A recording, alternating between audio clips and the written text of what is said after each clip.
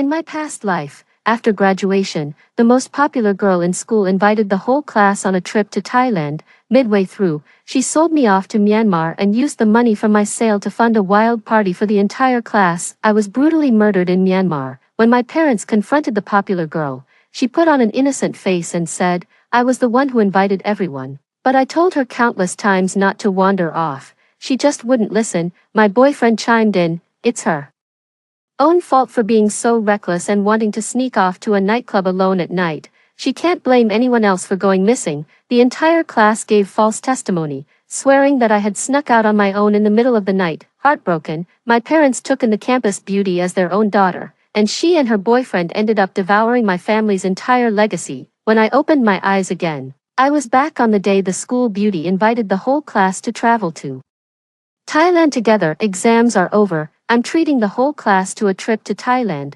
Flights and hotels are on me. The classroom erupted in excitement. Long live Nyen Nyen, that's our campus queen for you. An overseas graduation trip, I'd be over the moon. My hand froze, pen in hand, as I heard Su Nyen Nyen utter those familiar words. I'm back to the day she invited the whole class on a trip. In my past life, she had smiled just like that and offered to cover all the expenses. She said, we're one class, and no one gets left behind. I'm going. She took the whole class on a trip to Thailand, but during a layover, she tricked me into getting into another vehicle and sold me to Myanmar. With the money from selling me, she treated the whole class to a wild celebration. I was brutally killed in Myanmar and never came back. Her parents came to her demanding to know where she was, and she sobbed. I was the one who invited everyone out, but she insisted on leaving by herself in the middle of the night. I couldn't stop her. Gu Chen stood beside her. Lin Tang has always loved to play.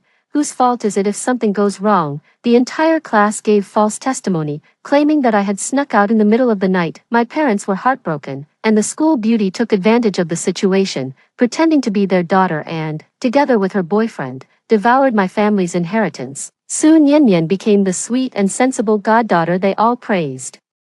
And Gu Chen was now the Lin family's future son-in-law. She took over my room, charmed my parents, and used my family's company as a stepping stone for herself and Gu Chen. When I opened my eyes again, I was back on that day. Su Nyen Nyen walked up to my desk and gently tugged at my sleeve. Lin Tang, you're the only one left who hasn't agreed. I looked up. Her smile was bright, but a hint of urgency flickered in her eyes. I'm not going. The classroom fell silent. Su Nyen Nyen's eyes welled up with tears instantly. Are you still mad at me? I just wanted us all to get together before graduation. I didn't mean to make you uncomfortable. Gu Chen frowned. Lin Tang, are you done yet? Nyen Nyen is using her scholarship to treat everyone. So what's with the attitude? I looked at him. If I don't go, will it ruin your big plans? Su Nyen Nyen bit her lip. We all agreed the whole class would go. It wouldn't feel like a proper graduation trip if even one person was missing. Gu Chen shielded her, stepping in front. Do you have to embarrass her? Lin Tang, apologize. I laughed. Whom should I apologize to for refusing to travel? The airplane, or the sea? Someone let out a laugh, then quickly stifled it. Su Nyen Nyen reached out to take my hand. Tang Tang, don't do this. I duck away. She slumped sideways and sat down on the ground. Gu Chen grabbed the file bag from the table and hurled it at him. Papers were scattered all over the floor. Blood trickled down from his temple. He looked at me, his tone still dripping with self-righteousness. Even Nyen Nyen isn't blaming you. What more do you want? Su Nyen Nyen sat on the ground, tears falling one by one. Gu Chen, don't scold her. She might still be upset that you helped me change my college application yesterday. Gu Chen turned his head immediately. Lin Tang, I'm completely innocent with Nyen Nyen. She doesn't know how to fill out college applications, so what's wrong with me helping her? Can you stop being so twisted in your thinking? In my past life, when I had a fever of 39 degrees, he said he'd come pick me up later. He went to Su Nyen Nyen's house. He said Su Nyen Nyen was so afraid of filling out the wrong college application that she cried until she couldn't breathe. I only asked one question, and he gave me the cold shoulder for 3 days. I stood up. Let's break up. Gu Chen froze. What did you say? I said, you're free. His face fell. Lin Tang, I'm giving you a way out. Don't be ungrateful. Kneel down now. Apologize to Nyen Nyen, and I might just consider your earlier behavior as a tantrum. Su Nyen Nyen hurriedly waved her hands. No, it's not necessary. Tang Tang didn't mean it. When we get to Thailand, I'll treat her to the most expensive seafood as my apology, Gu Chen whispered soothingly to her. You're just too kind-hearted. The classmates began to chime in. Lin Tang, they're treating you, and you're still putting on airs. Just because you've been class monitor for a while, you think you're a big shot. Now, just because Nian Yan's family is well off, it doesn't mean she owes you anything. I looked at those faces. In my past life, they told my parents I snuck out at night. They say I'm a snob who only cares about money. They say I've been loose for a long time, yet these same people borrowed my notes and practice tests before the college entrance exam, calling me in the middle of the night to ask about formulas. I woke them up for morning study sessions and shielded them from the teacher's anger. Now, they say I'm ungrateful. Gu Chen tapped the table. Lin Tang, don't waste everyone's time. Kneel down. I picked up my phone. Touch me, and I'm calling the police. Zhou Yang, the class sports committee member, scoffed. Go ahead, let's see if the police care about a little spat between classmates. Su Nianyan lowered her head. Forget it, I'm not going. It's all my fault. I shouldn't have taken matters into my own hands. She bowed to the entire class. I'm sorry to have let everyone down. The resentment in the classroom suddenly turned on me. Lin Tang, are you happy now? Because of you, no one gets to go. What gives you the right to ruin our graduation trip? Zhou Yang was the first to rush over and grab my shoulders. What's the worst that could happen? Just kneel. I raised my phone up behind my back. On the screen, the recording timer was counting up. Keep going. You've just finished your exams. Your files haven't been sent off yet. Zhou Yang's hand froze. Gu Chen's eyes filled with panic at the sight of the recording. Su Nianyan stopped crying. I slipped my phone back into my bag. You guys can go to Thailand all you want. Count me out. I turned and walked out the door. Behind her, Su Nianyan whispered, Tang Tang, you'll regret this. I paused for a step. I won't be the one with regrets. The first thing I did when I got home was block Gu Chen and Su Nianyan on everything. The butler, Uncle Fang, was standing at the door. Miss, the master and madam are still out of town finalizing a deal. They won't be back tonight. Keep the driver from leaving. Uncle Fang nodded and asked, the two students you're sponsoring just called to inquire about their living expenses. I remembered that both Gu Chen's competition materials and Su Nianyan's tutoring fees were paid from my account. I said, stop it. Uncle Fang paused, taken aback. All of it. Once the college entrance exams are over, the funding stops. The phone rang again. Unknown number. I answered. Gu Chen was fuming. Lin Tang, haven't you caused enough trouble? Nian Nian has been crying non-stop. Get over to her place and apologize right now. I'm busy. You think breaking up can threaten me? Let me tell you, Gu Chen, am not someone who can't find a partner. A soft voice came from nearby. Su Nianyan, forget it. Gu Chen, Tang Tang might just love you too much. I hung up. Uncle Fang looked at the cut on my temple. Who did this? A classmate. Uncle Fang's face fell. I'm going to school. Not yet. In my past life, Su Nianyan brought the whole class to find my parents the next day. She called me a loner, accused me of being jealous of her, and said I never participated in group activities. My parents, worried I might be in a bad state after the college entrance exams, personally saw me off at the airport. This time, I can't give her that chance. At night, I stood at the top of the second-floor staircase. Uncle Fang went to the garage to get something, and there was no one at home. I leaned over the railing and looked down. The pain will pass. There's only one life. I closed my eyes and let go. When I woke up, my right leg was in a cast. The doctor said it was a hairline fracture and I needed to rest. Uncle Fang's eyes were rimmed with red. Miss, the master and madam are on their way back. I leaned back against the headboard. Don't let any classmates in. I've already taken care of it. Yet at 9 in the morning, the hospital room door swung open. Gu Chen stood at the forefront. Lin Tang, I knew I'd find you hiding here. Su Nian Yan followed behind him, holding a bouquet of flowers. Tang Tang, we're coming to pick you up. The flight is at 2 p.m., and I've already borrowed a wheelchair. I looked toward the nurse's station. Zhou Yang smiled. Don't stare. Aunt Gu Chen works as a nurse on this floor. Just asking for a room number. Gu Chen walked over to the bedside, picked up my water glass, and took a look. You're really selling this sick act. I threw back the covers. The cast was exposed. A flash of impatience crossed Su Nianyan's eyes. Her eyes welled up with tears almost immediately. How did you fall so badly? Tang Tang, did you hurt yourself on purpose just to get out of going? Gu Chen's face darkened. You're really ruthless. How could you break your leg just to make Nian Nian feel guilty? I almost laughed out loud. Do you even hear yourselves? Soon Nian Nian set the flowers down. Don't worry, I'll take care of you.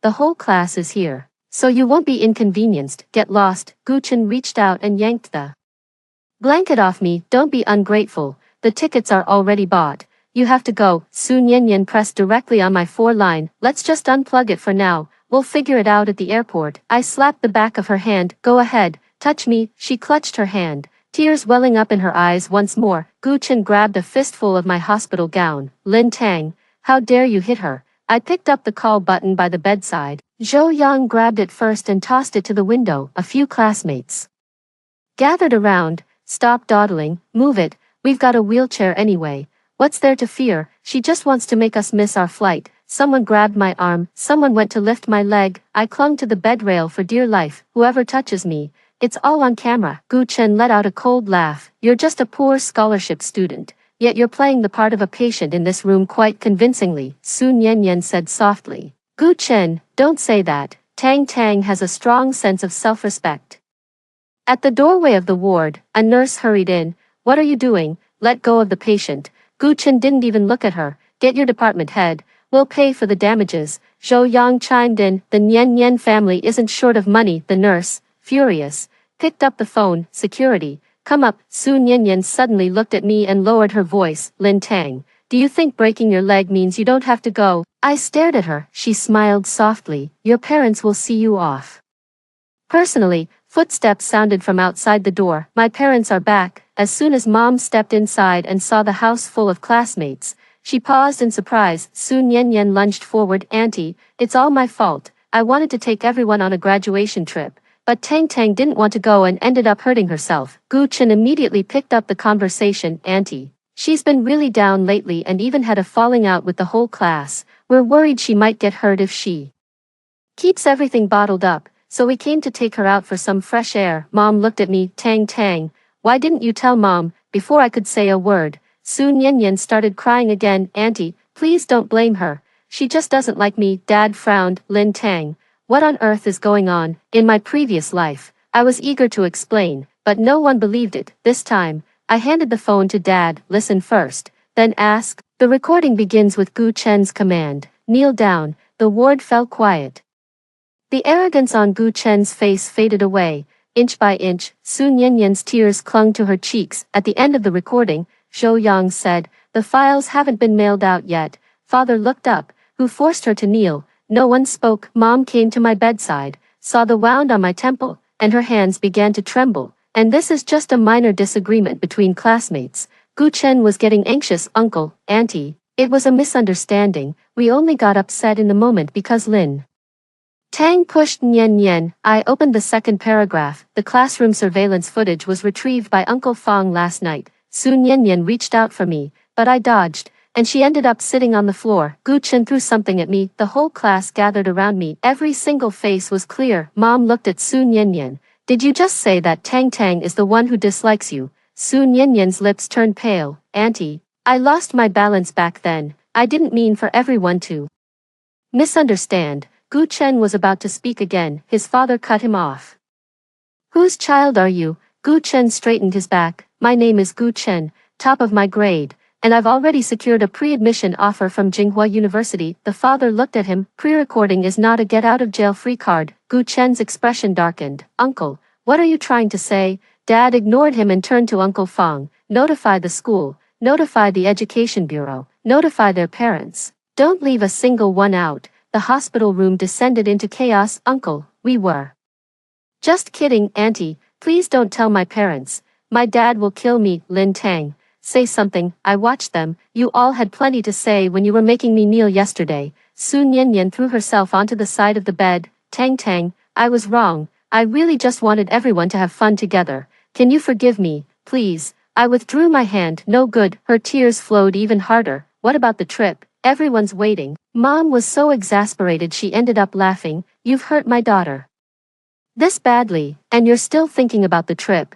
Sun Yanyan lowered her head. But the money's already been paid. Dad asked, how much was it? 18,000 per person. Dad looked at the whole class. Who paid her? No one said a word. I laughed. She said she'd cover everything. Dad's gaze fell upon Su Niannian.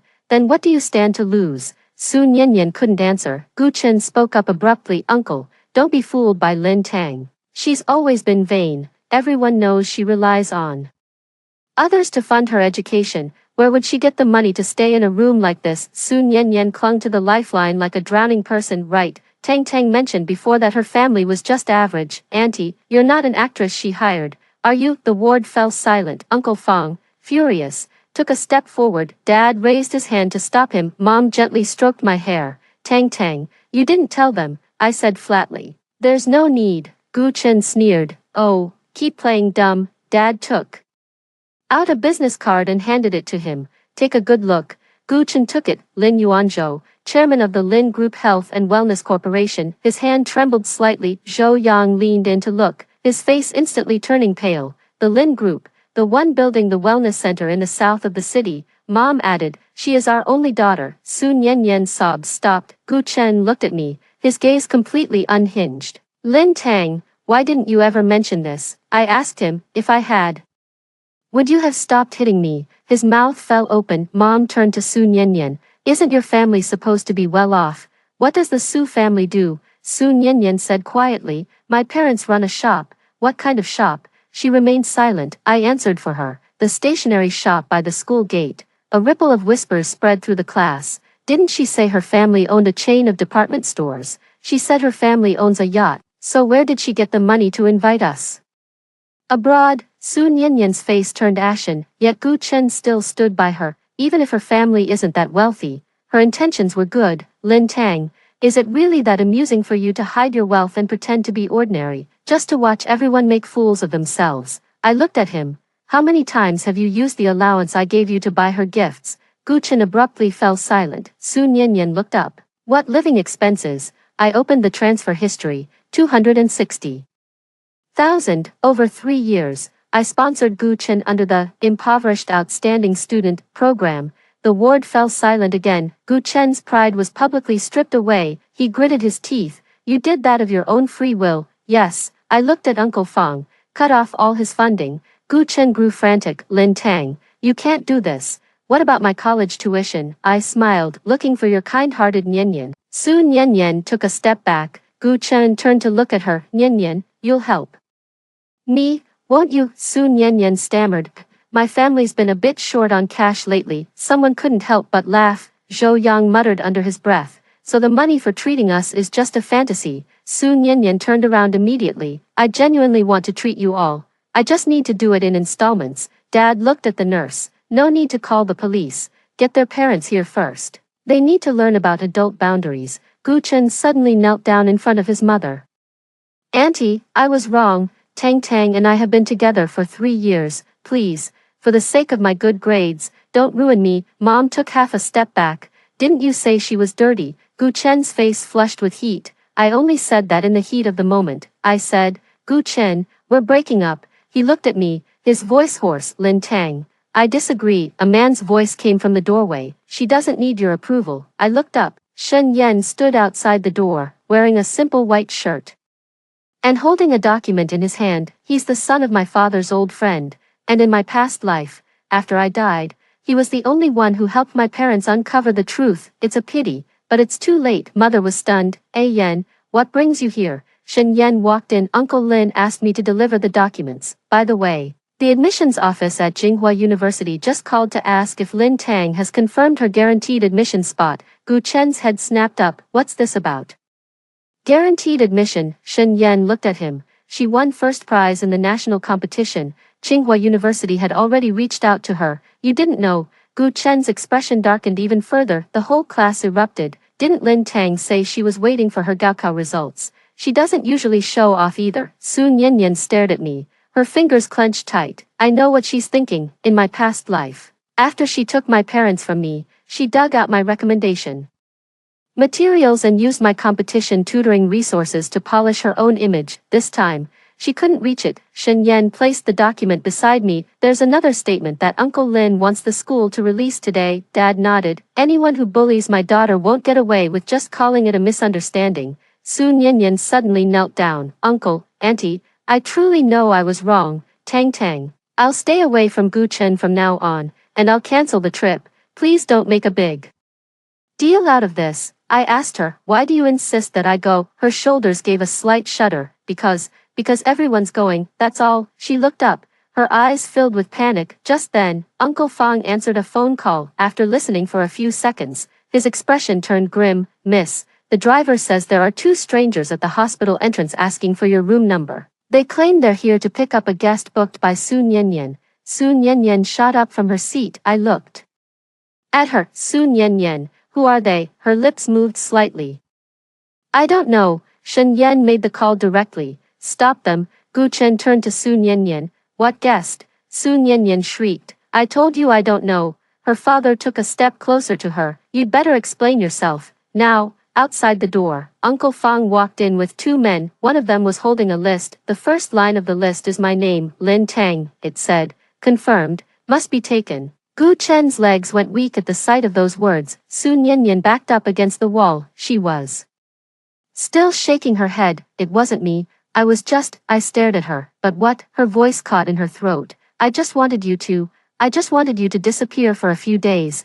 As soon as the first word was uttered, no one else in the hospital room spoke up for Su Nyenyen. She hastily corrected herself. No, I didn't mean disappear. I messed up. I just wanted to scare you a little, so you'd stop always putting me down. I look at her. So the list isn't fake. Shen Yan took the paper and glanced at it.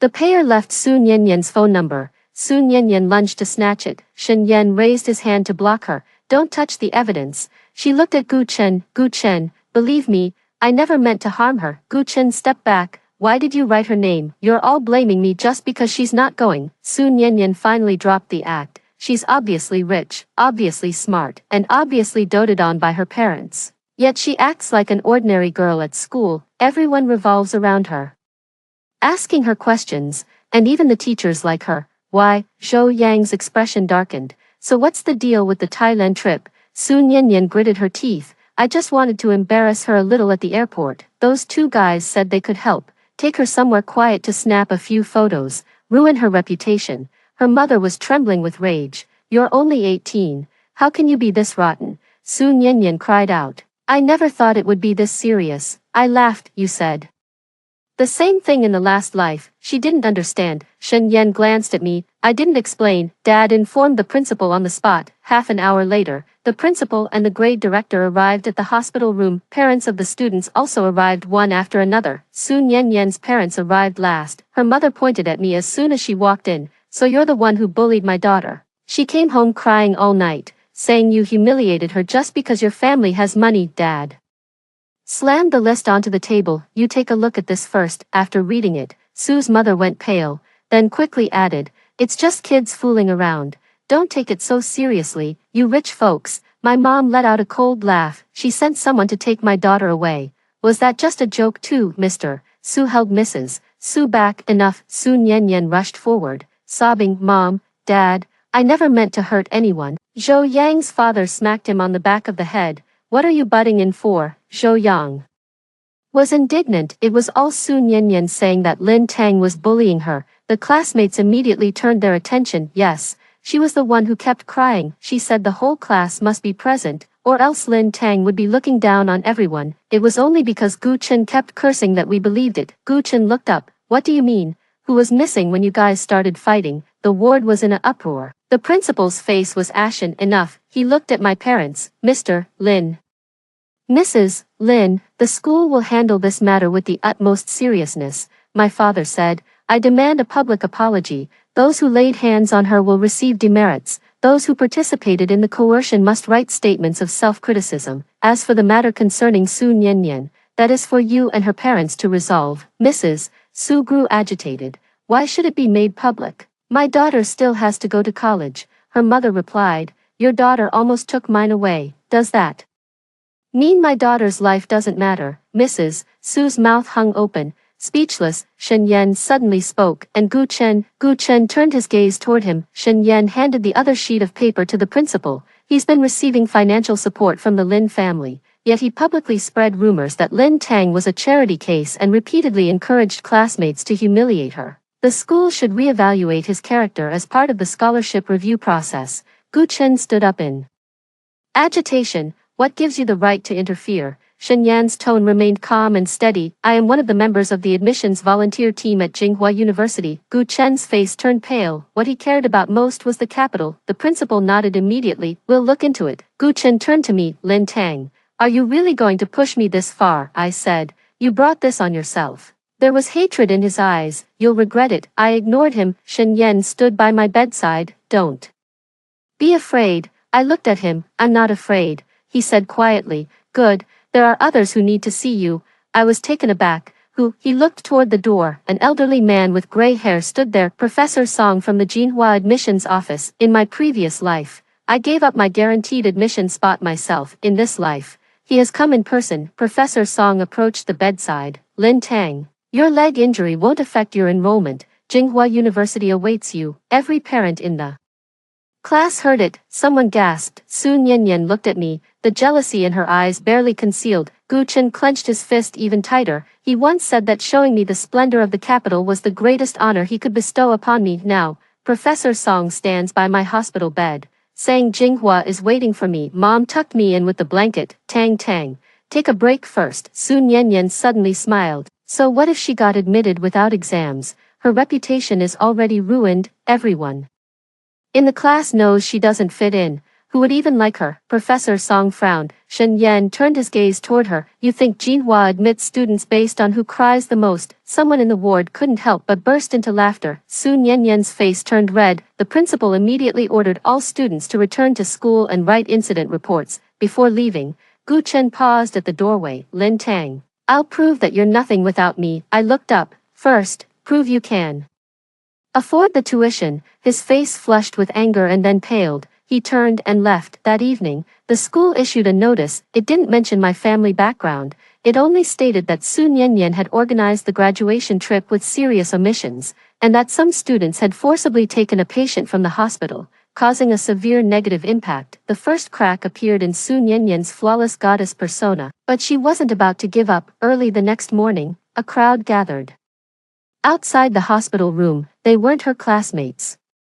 This is the parent group representative brought in by Su Nianyan, the leading auntie said as soon as she walked in. Miss Lin, Nianyan is still just a child. Your Lin family is so prominent and influential. Why bother with her? Mom was about to speak, but I held her back. Auntie, is your daughter on the list as well? She froze. What list? I handed over the copy. Her face changed as she finished reading. Her daughter's name was on the list, too, the note said. Timid, easy to control. The aunt turned and left without a word. In less than 10 minutes, the parents' group chat exploded. Su Nianyan didn't just want to take me away, she also put a few well-off girls on the list, planning to use them as proof that her family was wealthy. Su's mother rushed to the hospital immediately. Lin Tang, why did you send out the list? I leaned back against the pillow. I'm afraid everyone will continue to be deceived by your daughter. Su's mother raised her hand as if to hit me. Shen Yan stepped in from outside and blocked her path. There are security cameras here. Su's mother withdrew her hand and turned away,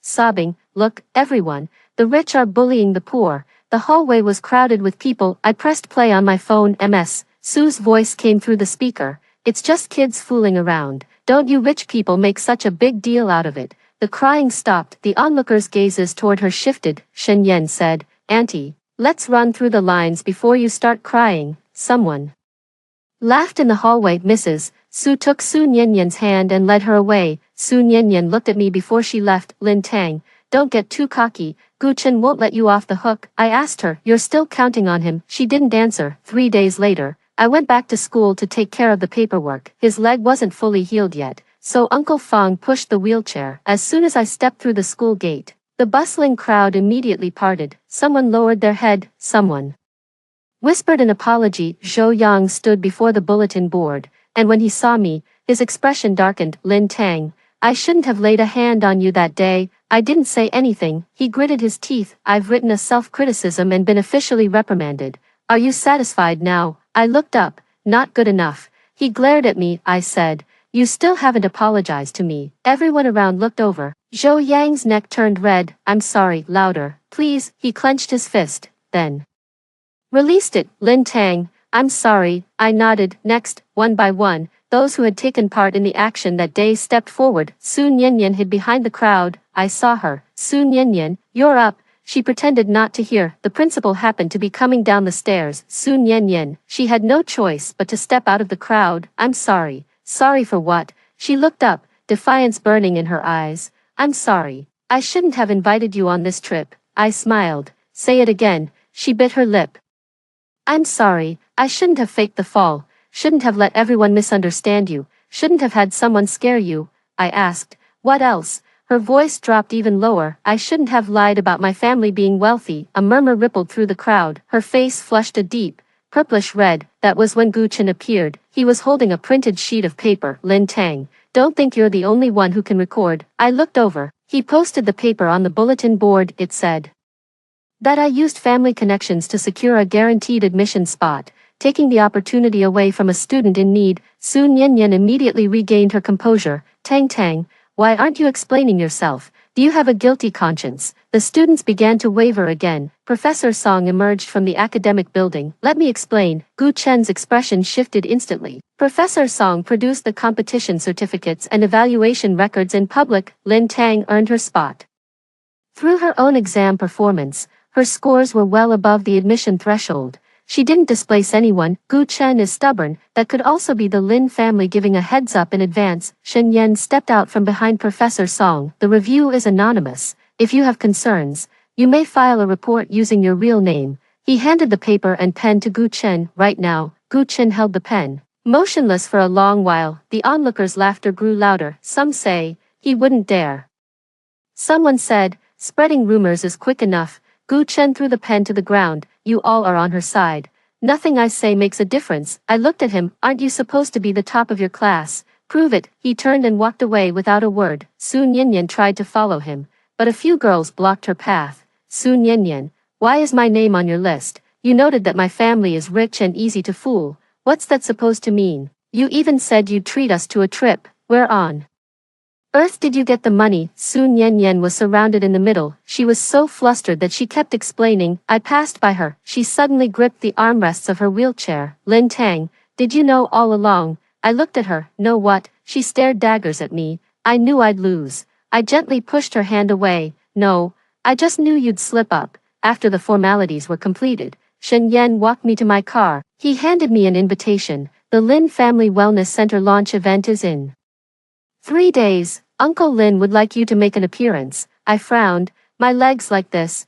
Perfect. He looked at me. Let them know you've got someone watching your back. On the day of the press conference, Soon Yen Yen arrived. She followed Gu Chen in a borrowed white dress. Gu Chen somehow managed to get a media intern pass and slipped into the event. I was sitting in the front row, with my parents up on stage. Soon Yen Yen walked over to me. Tang Tang, your family is so influential. Why didn't you say so earlier? You must be enjoying all this attention, aren't you? Before I could say a word, she suddenly raised her voice. Did you hide your identity on purpose, just to watch us make fools of ourselves? Attention, guests around. Gu Chen raised his phone to take a picture. How about this headline? Lin family heiress bullies ordinary classmate at school. I smiled. You really don't have any new tricks up your sleeve, Gu Chen said coldly. As long as it's useful. Shen Yan stepped onto the stage and picked up the microphone. Before we begin the press conference, let me take care of a personal matter first. The large screen lit up. The first scene shows Gu Chen pulling at my blanket in the hospital room. The second paragraph is Soon Yen Yen's confession list. The third part is about them discussing at the entrance of the venue today how to film a video out of context. Gu Chen's phone was still held aloft, on screen.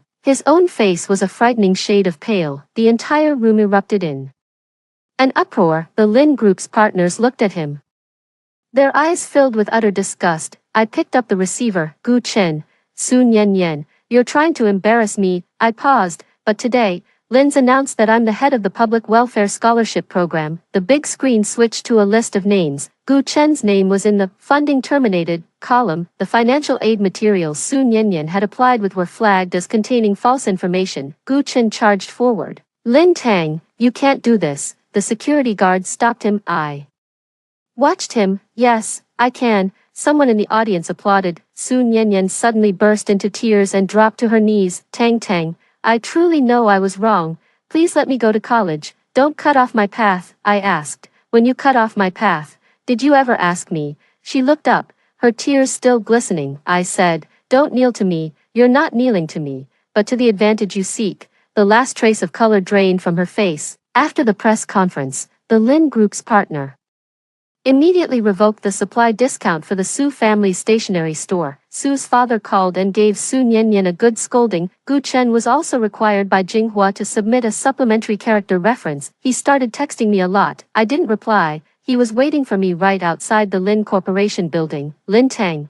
I admit I've been partial to Niannian before, but what we had for 3 years was real. I sat in the car, staring out the window. 3 years of us couldn't withstand 3 seconds of her tears. He bent down. I won't do it again. Shen Yan sat in the driver's seat and spoke calmly. Move aside. Gu Chen stared at him. What gives you the right to interfere? Shen Yan said, because she doesn't want to see you. Gu Chen gritted his teeth. Do you have feelings for her? A sudden silence fell in the car. Shen Yan glanced into the rearview mirror. I looked at him, too. He didn't dodge. Yes. Gu Chen's expression changed instantly. Lin Tang, did you already have someone else lined up? I pushed the car door open. Gu Chen, not everyone is like you. He tried to speak again. I cut him off. You lost me, not because of Shen Yan, but because you didn't deserve me. Someone on the street recognized him. Isn't that the guy who took his girlfriend's money and then badmouthed her? Gu Chen lowered his head and ran. Su Niannian's counterattack came even swifter. She locked herself in her home and posted a tearful video. She claimed she was just an ordinary girl from a modest family. Pushed to the brink of expulsion by a wealthy heiress, she accused me of stealing the person she liked, taking her friends, and using my wealth to bully her. In the video, she was crying so hard she could barely breathe. Overnight, many strangers started cursing me. Mom is so anxious, she's looking for someone to cool things down. I stopped her. Let her go ahead. The next day, Su Niannian went live. She sat at the entrance of the stationery store, surrounded by a crowd of onlookers. I didn't harm Lin Tang. I just envied her. I admit I'm vain, but does that mean I deserve to have my whole life ruined? I can't see the bullet comments, but the onlookers keep nodding. I had Uncle Fang will me in. Su Niannian caught sight of me, and a flicker of triumph flashed in her eyes. Tang Tang, you're here. Are you going to humiliate me in public again? I placed a stack of receipts on the table. This is a record of all the money you've borrowed from classmates over the past 3 years. Her expression changed. How did you get these? They gave it to me. 5 girls walked in through the door. One of them said, Su Niannian, you said your family's funds were frozen, so you borrowed 2,000 from me to buy a dress. Another said, you said your grandmother was hospitalized, so you borrowed 3,000 from me. Someone else said, you told me the trip money was already paid, and asked me to front the visa fee first. Su Niannian shook her head. I'll pay you back, I asked. With what? She couldn't get the words out. I set down another printed record. You said on your live stream that I forced you to drop out, but the withdrawal request was filed by your parents. The reason was family debt. They needed you to help out at the shop. Su's mother rushed out. Lin Tang, don't talk nonsense. I looked at her. Have you paid back the money you owe the supplier? The onlookers began to murmur. Mr. Su stood behind the counter, his face a picture of discomfort. He finally spoke. Niannian, stop making a scene. Su Niannian couldn't believe it. Dad, you're going to help her, Su's father said. You deceived us, you deceived your classmates, and you deceived yourself. The stream is still live. Su Niannian reached out to close it, but a girl stopped her. Don't turn it off, let everyone see the end. I look into the camera. Her vanity isn't a crime worthy of death, but harming others, spreading lies, and swindling money, that deserves to be paid for. Someone begins to clap. Su Niannian slumped into the chair. No one believed her tears anymore. Gu Chen's character reference failed to pass. Jinghua University revoked his early admission offer, requiring him to compete again through the regular application process. When he came to me, the arrogance in his eyes was gone. Lin Tang, put in a good word for me. Professor Song thinks so highly of you. A single word from you would do it, I asked. On what grounds? He choked up. I used to treat you well too. Which time? He thought for a long time. I've already explained the problem to you. I laughed. That question is from the set of mistakes I compiled for you. His face turned red. Do you really have to be so calculating? Shen Yan walked out of the building and handed me a bottle of water. Gu Chen stared at him. Don't get cocky. She's just using you for now. Shen Yan looked at him. Even if you're being used, make sure you're worth using. Gu Chen was left speechless. I took the water. Gu Chen, your biggest problem isn't being poor, and it's not making mistakes. He looked up. What is it? You always think the world owes you something. He stood there, his lips trembling. Just then, Su Nianyan rushed over. She grabbed Gu Chen by the arm. Why aren't you answering my calls? You promised you'd be here for me. Gu Chen shook her off. Look what you've done to me, Su Nianyan screamed. You're the fool. You fell for a few tears. Is that my fault? Everyone around them stopped in their tracks. Gu Chen's face turned ashen. So you're finally telling the truth. Su Nianyan dropped the act too. Isn't it just because I'm better at sweet-talking you than Lin Tang? Now that Lin Tang doesn't want you, you're blaming me. The two of them were having a full-blown shouting match downstairs at Lin Corp. Someone pulled out their phone to record it. I didn't stop them. The truth they owe me deserves to be seen by everyone. A few days later, the school held a graduation ceremony. I wasn't really planning to go. The principal called me personally, asking if I would give a speech as an outstanding graduate. As I wheeled into the auditorium, everyone turned to look. Su Nianyan came too. She had no graduation sash. Just sitting in the corner, Gu Chen stood among the top students, his face pale. It was my turn to go on stage, and Shen Yan helped me up. Gu Chen spoke up abruptly. With her leg in that condition, it must be difficult for her to speak. Someone in the audience frowned. I took the microphone. It's inconvenient, but it's manageable. I looked at the auditorium. Some say that to fit in, you mustn't refuse. Others say that when someone cries, you should yield. Su Nianyan lowered her head. Gu Chen clenched his fist. But what I want to say today is that kindness is not a key for bad people to use to unlock doors. The audience fell silent. You don't have to please anyone, and you can refuse any invitation that makes you uneasy. True friends won't use the group to pressure you. The applause began. The principal was the first to stand up. Professor Song was also in the audience. He gave me a nod. Gu Chen's outstanding student title was temporarily revoked. The reason given was an unresolved conduct-related controversy. He rushed backstage to confront the principal. I have the top grades. On what grounds are you revoking it? The principal said. Excellence isn't measured by grades alone. When he saw me, his eyes were filled with resentment. Lin Tang, you've won. Are you satisfied now? I replied. It's not over yet, because Su Nianyan hasn't fallen yet. She's just temporarily lost her persona. What truly brought her down were the things she left behind at my place. In her previous life, after becoming my parents' goddaughter, she stole one of my mother's emerald necklaces. In this life, the necklace vanished ahead of time. Mom searched the safe thoroughly but couldn't find it. Su Nianyan quickly posted a photo online. She wore the necklace, captioning it as a coming-of-age gift from her mother. I looked at the photo and smiled. She's too impatient. I took my mom to Su's stationery store. Su Nianyan is giving change to a customer. Seeing us, she immediately covered her neck. The necklace was tucked inside her collar. Mom asked, "Where did you get the necklace?" Su Nianyan forced a calm demeanor. "My mom gave it to me." Mother Su emerged from the back. "Yes,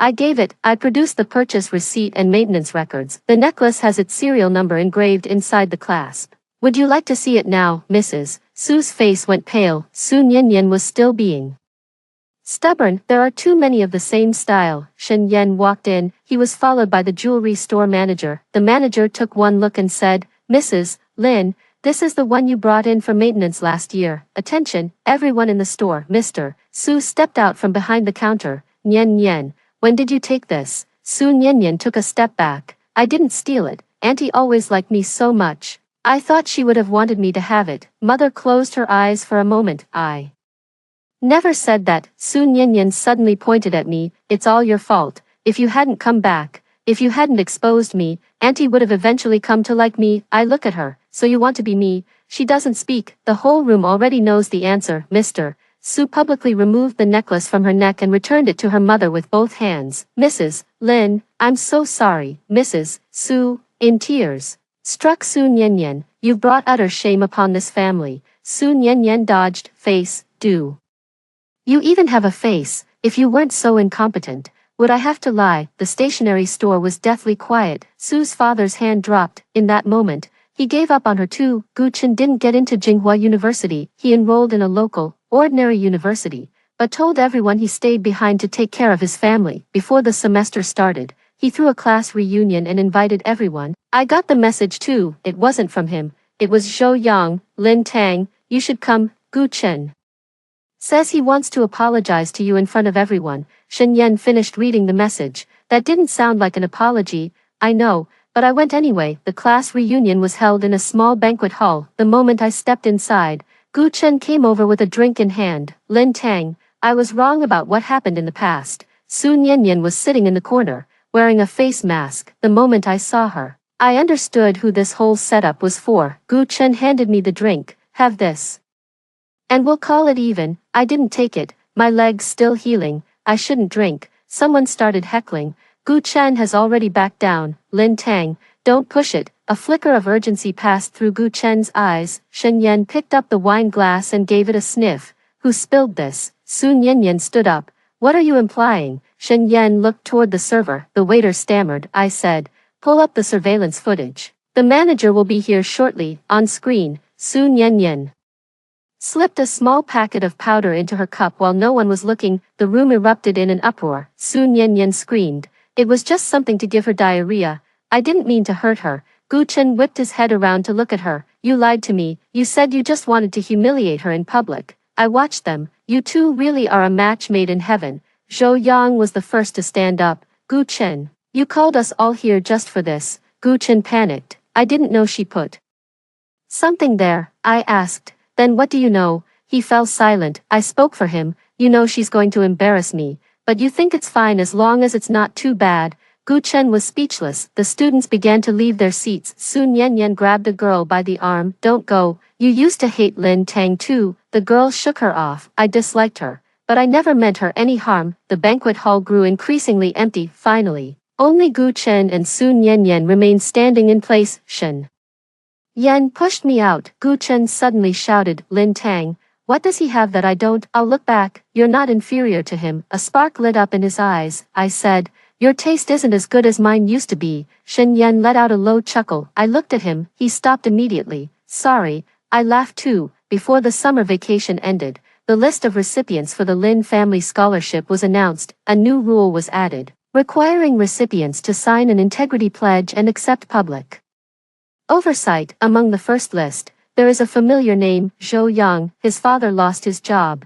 and the family was truly struggling. He came to Lin's to see me, standing very straight. I know I don't deserve it, I said. The rules aren't meant to get back at you. He froze. Then why did you let me pass? You apologized and faced the consequences. Zhou Yang's eyes welled up. Lin Tang, thank you. Su Nianyan's laughter drifted in from the doorway. How generous of you, funding even the person who hit you.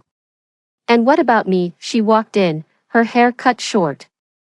Her eyes filled with resentment. I'm short on cash too. I look at her. What you lack isn't money. She slapped a document down on the table. I'm applying for the scholarship. Do you have the guts to play by the rules? Uncle Fang picked up the document and glanced over it. The income verification is fraudulent. Su Nianyan's expression changed. I said, next. She rushed over to tear up the list. Shen Yan held down the folder. Su Nianyan, don't block off your last remaining path. She glared at him. You look down on me too, Shen Yan said. You're the one who disrespected the rules first. She smiled. Rules?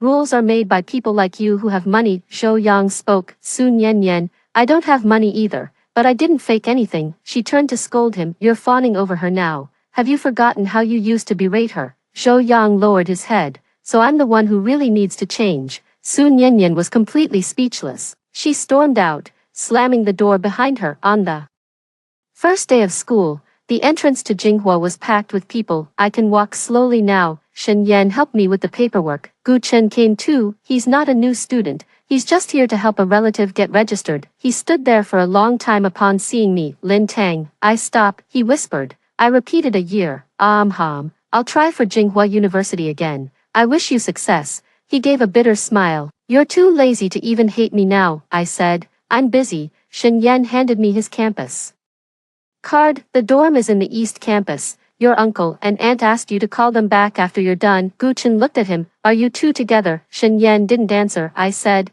it's none of your business. Gu Chen nodded, his eyes welling up. Lin Tang, I'm sorry. This time, he didn't beg for my forgiveness, and I didn't look back. I heard about Su Nianyan from Zhou Yang. She enrolled at a local private school and was recognized on the very first day. She tearfully insisted it was all a misunderstanding online. But no one believed her. She wanted to change dorms, but her roommate refused. She wanted to drop out of school, but her father, Mr. Su, refused to go through the trouble for her again. She came to Jinghua to find me while I was attending the freshman representative meeting. She was stopped outside the auditorium. Lin Tang, come out. Many people looked over. I walked to the door. She wore an old coat and had no makeup on. Are you satisfied now? I've got nothing left, I said. At least you still have school to go to, she shrieked. But they all know about me. That was your doing. She smiled at me. You think no one in Jinghua dislikes you. Girls like you are bound to rub people the wrong way, no matter where you go. As soon as the words finished,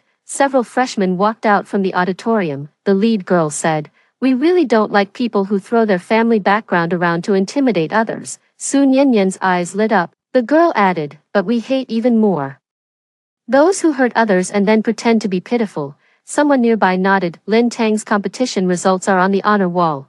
Did you go check them out? The scholarship for her family didn't even have her name on it. It had been anonymously funded for years. Sun Yanyan's expression grew darker bit by bit. I looked at her. You see, once they leave high school, people aren't stupid either. She turned and ran. At the freshman representative meet and greet, Professor Song introduced me to the assembly. He said, not only is student Lin Tang academically outstanding, but she is also personally pledging an additional 1 million yuan in scholarship funds to support students who are genuinely in need. The room erupted in applause. I stood up to acknowledge it. In the audience, Shen Yan looked at me, a smile in his eyes. At that moment, I suddenly felt as though the people who had trapped me in my past life were finally far away. Sun Yanyan's final counterattack was staged at the Lin family's anniversary banquet. She appeared with Gu Chen. Gu Chen was dressed in waiter's attire. Sun Yanyan was accompanying a small supplier's boss, her arm linked with his. When she saw me, she smiled with smug satisfaction. Lin Tang,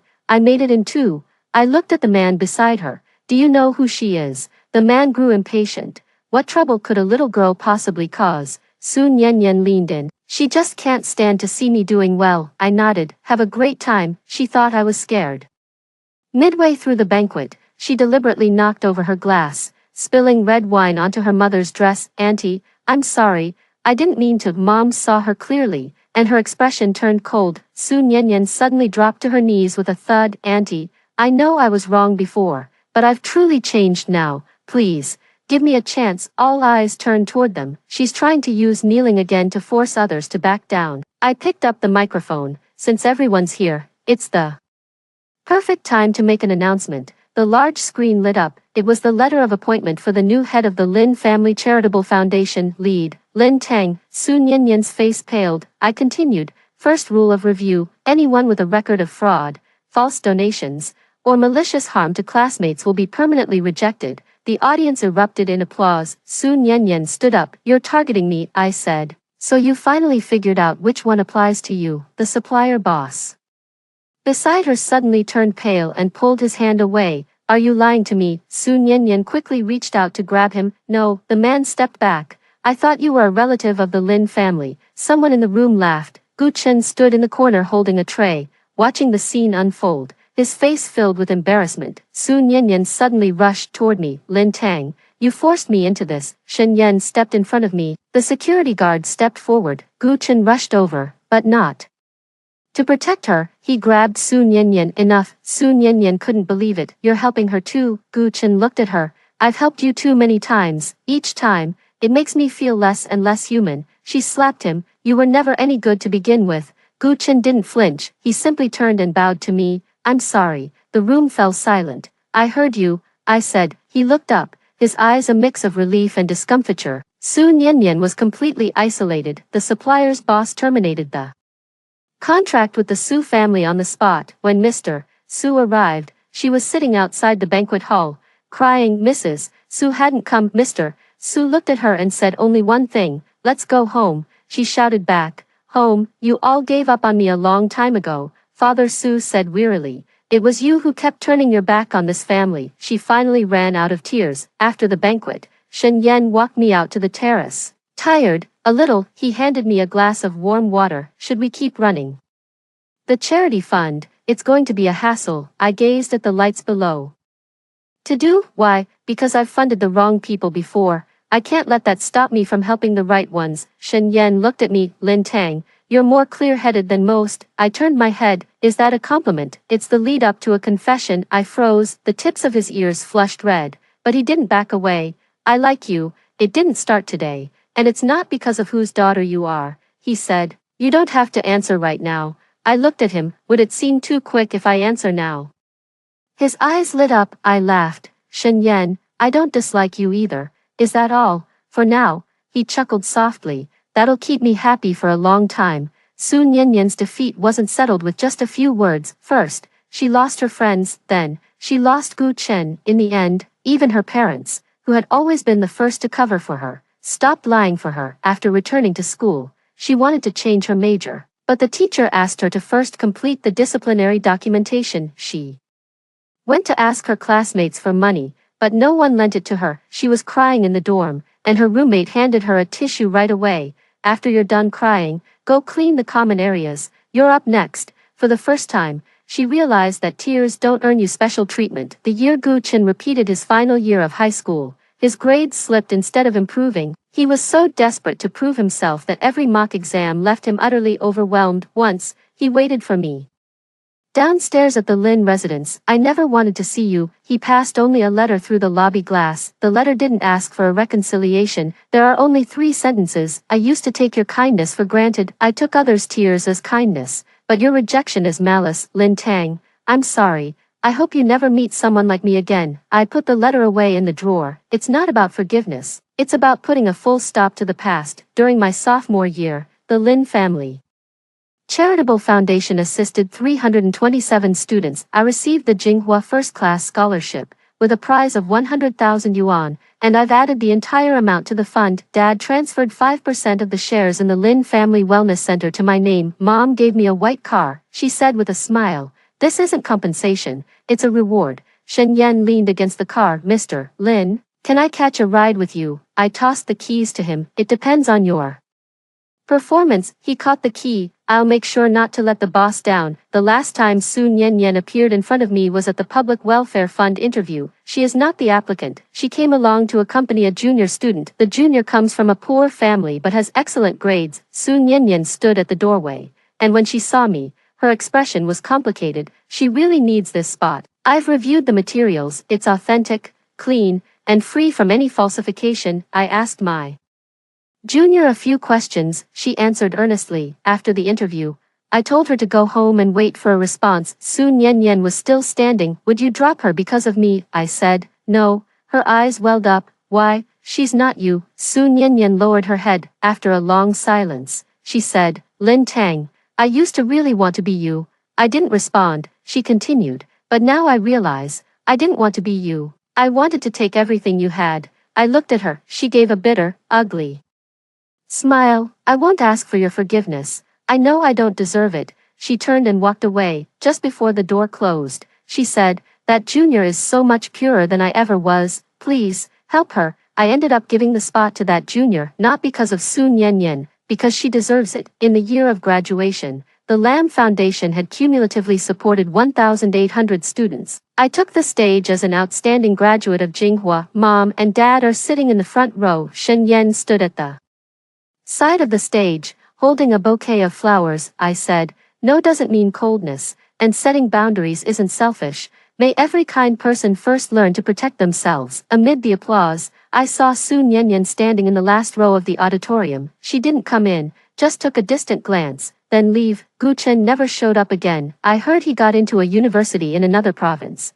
Nothing fancy, just an average school with a run-of-the-mill major. He finally stopped calling himself a prodigy. He started tutoring to earn his own tuition fees. Those have nothing to do with me. 3 years later, the expansion of the Lin Family Wellness Center was completed, with its valuation reaching 8 billion yuan. I have officially taken over as the chairman of the Public Welfare Foundation. My parents moved into their new home in the suburbs, and the yard is filled with flowers my mother loves. My legs sometimes ache when it rains, but I will never hurt myself again just to avoid someone. The day Shen Yan proposed to me, there was no grand spectacle. He simply framed that old Jinghua document from back then. I was right there beside you when you first started walking back to yourself. I want to stay right there. I looked at him. Shen Yan, how long did you practice that line? 3 days. No wonder it's smooth. He smiled. What about the answer? I reached out my hand, just barely passed. Mom was crying beside him. While Dad pretended to look up at the sky, Uncle Fong clapped quietly.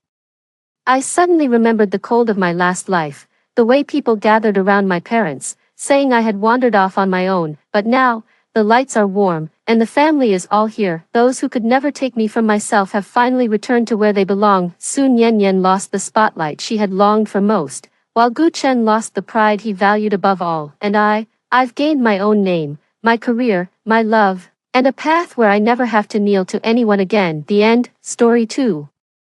I was reborn on the very day of my coming-of-age ceremony, when my chosen one would become the next emperor. The emperor, my uncle, asked me which prince I favored most. Without hesitation, I turned to my sworn rival from the past life and pointed at him. I choose Wei Li. Everyone was stunned, for he was the most notorious playboy in the capital. In my past life, the emperor, my uncle, asked which prince I fancied to be my husband. Blushing like a bashful maiden, I claimed to like them all, yet my gaze kept stealing toward Wei Heng. Back then, he wasn't yet the crown prince. In the Dashing dynasty, lineage mattered not. Though born of the empress, the prince was never named heir by his uncle the emperor. This is the defining moment of my life. Now that I've returned to this juncture, I'll never repeat those past mistakes. 1. My gaze swept the room, taking in my 5 exceptionally handsome cousins standing nearby. Prince Wei Heng, the second imperial son, wore the same pensive frown as in my previous life. Crown Prince Wei Ju maintained his usual gentle demeanor, a faint smile gracing his refined features. The third and fifth princes wore amused expressions, their eyes darting between Wei Heng and me like spectators at a play. My gaze finally settled on the man sitting apart, idly toying with a jade pendant in his hand. His expression was aloof yet rakish, the corners of his lips curling into an inscrutable smirk. In my memory, he's always been like this, the very picture of a pampered playboy in the public eye, never stirred by anything that didn't concern him. Watching him, I couldn't help but smile as I pointed at him decisively. I like Wei Li, I declared firmly. I'm truly fond of him, uncle. The moment those words left my lips, everyone's faces registered sheer disbelief. Even Wei Heng wore an expression of utter astonishment, yet under the astonished gazes of the crowd, I walked toward him with unwavering steps. Given our long-standing enmity, their shock was hardly surprising. Besides, everyone in the capital knew fourth Prince Wei Li was the most notorious wastrel in Dashing. Wei Li's jade-toying fingers abruptly stilled. He looked up at me with slightly furrowed brows, faint puzzlement lingering in his eyes. Wan Wan, are you truly certain about this? The fourth prince, perhaps you should reconsider. The emperor, my uncle, paused thoughtfully before addressing me with measured gravity. I could tell my response had taken him by surprise. After all, Wei Li and I had never been particularly close, while I'd always trailed after the crown prince like his little shadow. In the past, I would have undoubtedly chosen Wei Heng, but times have changed. I've been reborn. I understood my uncle's hesitation.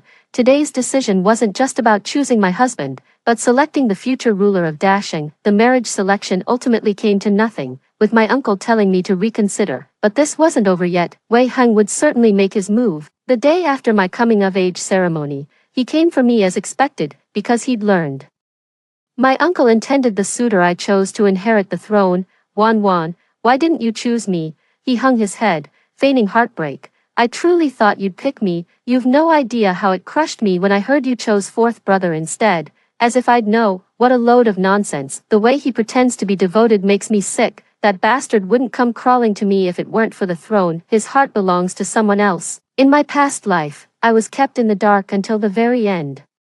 Everything he did was for the crown. Marrying me was merely a marriage of convenience. In my past life, I married Wei Heng as I wished. He became the crown prince and eventually ascended the throne. At first, he showed no signs of anything amiss, and I truly believed he adored me, until the day of his coronation, when his uncle fell gravely ill. He was named successor. After the uncle's passing, he rightfully ascended the throne. By then, I had been married to him for 3 years. We treated each other with utmost respect and affection. I truly believed myself to be the happiest woman alive. Little did I know how swiftly fate would prove me wrong. No sooner had he ascended the throne than he brought Minister Lu's daughter Lu Yueling into the palace. His impatience knew no bounds. He couldn't bear to wait another moment. I, the empress, became the laughingstock of the entire great Qing dynasty. On a midsummer night, The chirping of insects filled the air. I rushed to confront him, only to find a slender, flawless beauty cowering in his arms,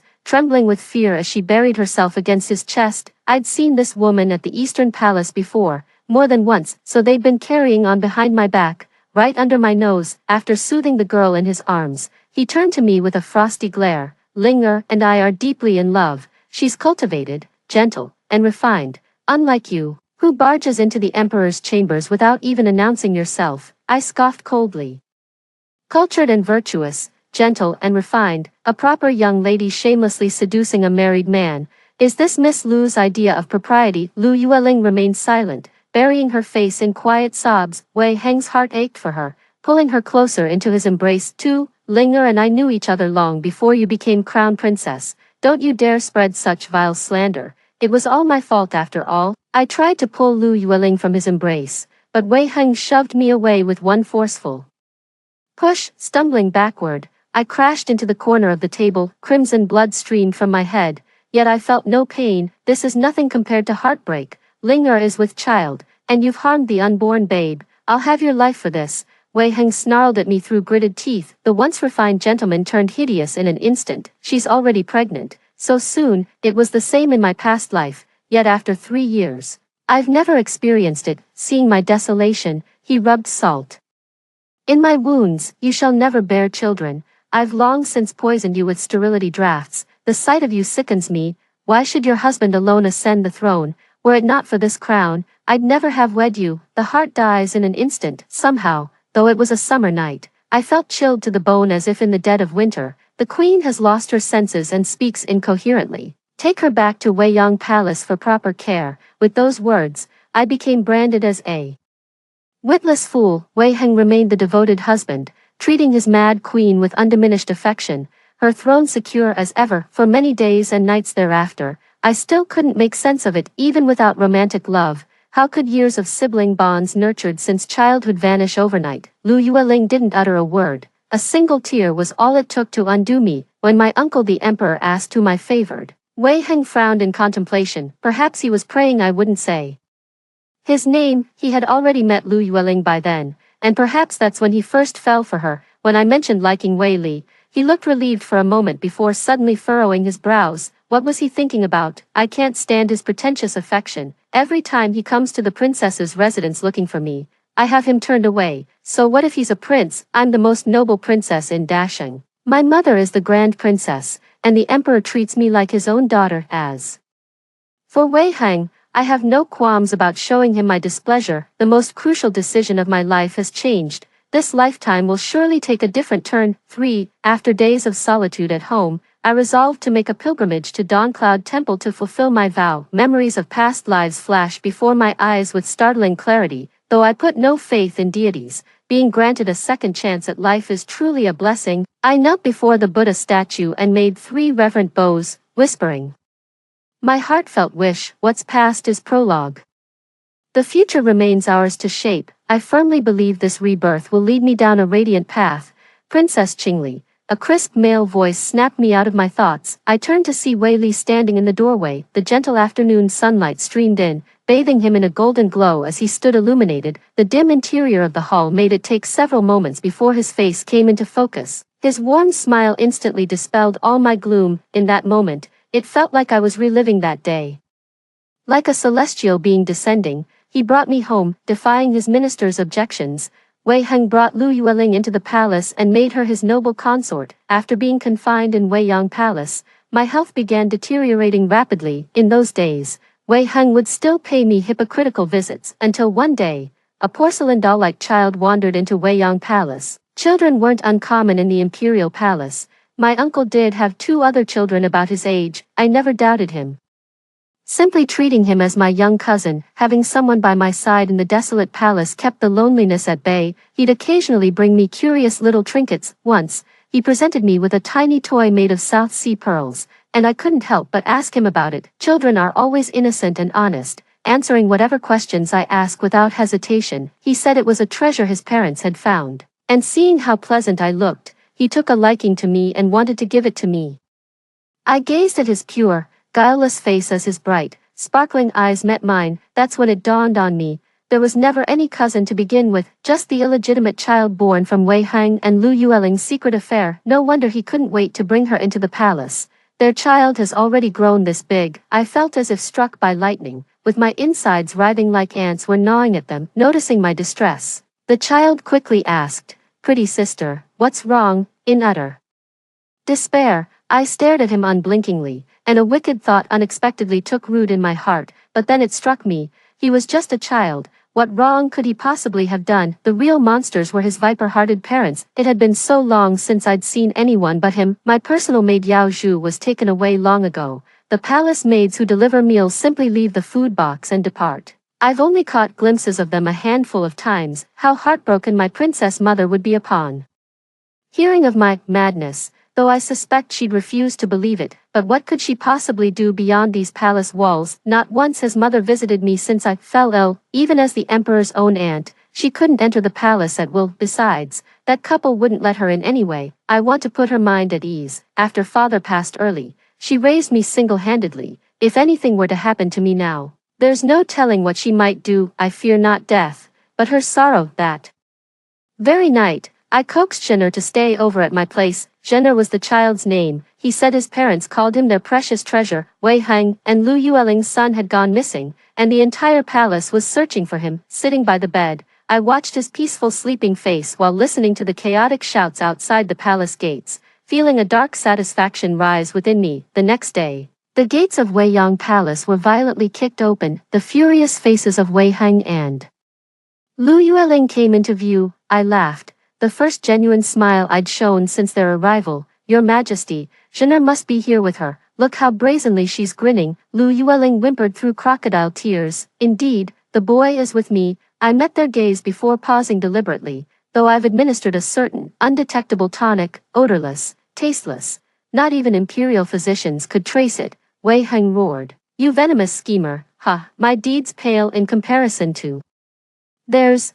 It's like the difference between heaven and earth. What right do they have to judge me? I have one condition. If you comply with my demand, I'll release him, but if you refuse, you'll watch him waste away in agony until his parents bury their own child." In the end, they couldn't bear to see their son suffer. In the end, my message was delivered to mother as I instructed, summoning her to Weiyang Palace to see me. That day, I dressed and adorned myself as usual, and the medicinal pearls were delivered as well. I feigned madness before mother, though I couldn't tell whether she truly believed I'd lost my mind. No sooner had mother left than Wei Heng arrived with Lu Yueling in tow. Wei Heng demanded the antidote with an icy expression, his eyes brimming with impatience. There was never any antidote. I'd merely deceived them. I'd never stooped to harming a child. In the end, they threw me into the palace dungeons. In that lightless, damp underground cell, I endured every form of torture imaginable. The physical pain is nothing compared to the hatred burning in my heart. In the past, when I followed Wei Heng, he would always grace me with a gentle smile. How did that radiant, moonlit youth transform into this vicious and sinister man in the blink of an eye? I truly believe I've done nothing to wrong him. Just when I thought I was dying, Wei Li arrived. Watching him approach against the light, childhood memories suddenly flooded back. The emperor, my uncle, had no daughters and often summoned me to stay at the palace. That was when I first became acquainted with the imperial princes. I played and roughhoused with the princes without restraint. Back then, I often followed Wei Heng around. He was the most handsome among the princes, and I couldn't help but adore him. For, in spring we admired blossoms, in summer we listened to cicadas, in autumn we gathered fallen leaves, and in winter we watched the snow. When I was 9, Wei Heng was 13, he grew distant, constantly preaching about propriety between men and women, telling me I ought to know better and behave more properly. I no longer wished to follow him around and be a nuisance. I would often slip away alone to the artificial grotto in the imperial garden, listening to the murmuring stream. One day in the cave, I saw Wei Li cradling a snow-white kitten in his arms. The kitten's fur instantly puffed up the moment it saw me. Wei Li's expression was tense, his eyes brewing a storm. "This is my turf." He was only 11 at the time. Even his anger carried no real threat, especially for a spoiled princess like me. I ignored him, simply wanting to pet the adorable kitten. In its panic, the little cat scratched the back of my hand. Hearing cat claws carry toxins, I had no choice but to return to my courtyard and summon someone to disinfect the wound. After that, I started seeing Wei Li quite often. The rock garden became our little kingdom. where even the kittens would nuzzle against my calves. We'd sit among the artificial hills pretending to be old fishermen. When the fish weren't biting, we'd roll up our pants and wade into the pond, often ending up covered in mud. When it rained, we'd pluck 2 large lotus leaves to use as umbrellas, then exchange knowing smiles beneath them. Playing with him was when I felt happiest. Wei Li and I would get covered in dust together, yet it felt utterly comforting. Whenever Wei Heng saw me, he'd frown and call me improper. At some point, Wei Li began harboring hostility toward Wei Heng. I said to Wei Heng, "Brother Heng is as noble as orchids and jade, with the grace of clear skies after rain. He'd never stoop to your level." Wei Li claimed it was all an act, saying our uncle favored proper and disciplined people. I retorted that if our uncle truly preferred such behavior, he wouldn't have allowed me to roam freely in the palace. He just smiled and said I was different. Eventually, even I received his cold stares. He'd sneak cockleburrs into my hair, tattle to the teacher when I dozed off in class, and steal my fan. From then on, we became sworn enemies, though he treated me poorly. Strangely enough, I never really got angry. Looking back, I've never felt more at ease than when I was with him. "Do you love me?" Wei Li's icy voice snapped me back to reality. I knelt while he stood, towering over me like an imperial sovereign. Everyone now believes I'm in love with Wei Heng, thinking my words at the coming-of-age ceremony were just spoken in anger. Only I know how utterly true they were. I rose and said, "Love needs no reason. My heart simply rejoices at your presence." He chuckled, "My lady, fibbing isn't becoming of a proper young woman." To prove my words weren't lies, I stepped closer to him inch by inch, finally rising on tiptoe to kiss him. At the crucial moment, he turned away. I smiled. The blush spreading to his ears glowed like embers in a fire. I didn't linger at the temple long before Wei Li escorted me down the mountain. I sat in the carriage while he followed at a leisurely pace on horseback. Upon arriving at the princess's estate, the moment I stepped out of the carriage, a revolting face greeted me. Wei Heng spotted me and immediately approached, putting on an exaggerated show of deep affection. Why hadn't I seen through his feigned devotion in my past life? I was utterly foolish in my past life. As I stepped down from the carriage, Wei Li approached leisurely on horseback from behind. I walked past Wei Heng and headed straight for him. "5. Would you like to come in for a while?" I asked Wei Li. "Warner, why on earth would you invite him? I thought you couldn't stand him." Wei Heng looked genuinely shocked. "Second cousin, when did I ever say I disliked him? Are you drunk and talking nonsense?" I met his gaze, suppressing my irritation as I replied calmly. A flicker of surprise crossed Wei Heng's face, followed by what looked like hurt. I'd never called him second cousin before. It had always been Brother Heng. Just the thought of it now makes me sick to my stomach. Holding Wei Li's hand, I strode straight into the princess's residence. Wei Heng stared daggers at our clasped hands, following closely until the gate where I stopped his advance. "Cousin, you should head back first. Wei Li and I have matters to discuss." "Warner, please don't be angry with me anymore. I was wrong. I shouldn't have ignored you that day, shouldn't have scolded you." His reminder brought it all back. Before my coming-of-age ceremony, I'd merely asked what gift he planned to give me, and he flew into a rage, saying someone of royal blood like me, raised in a princess's household, shouldn't be so vulgar. I laughed. In all my years as Xia Wan, what treasures haven't passed through my hands?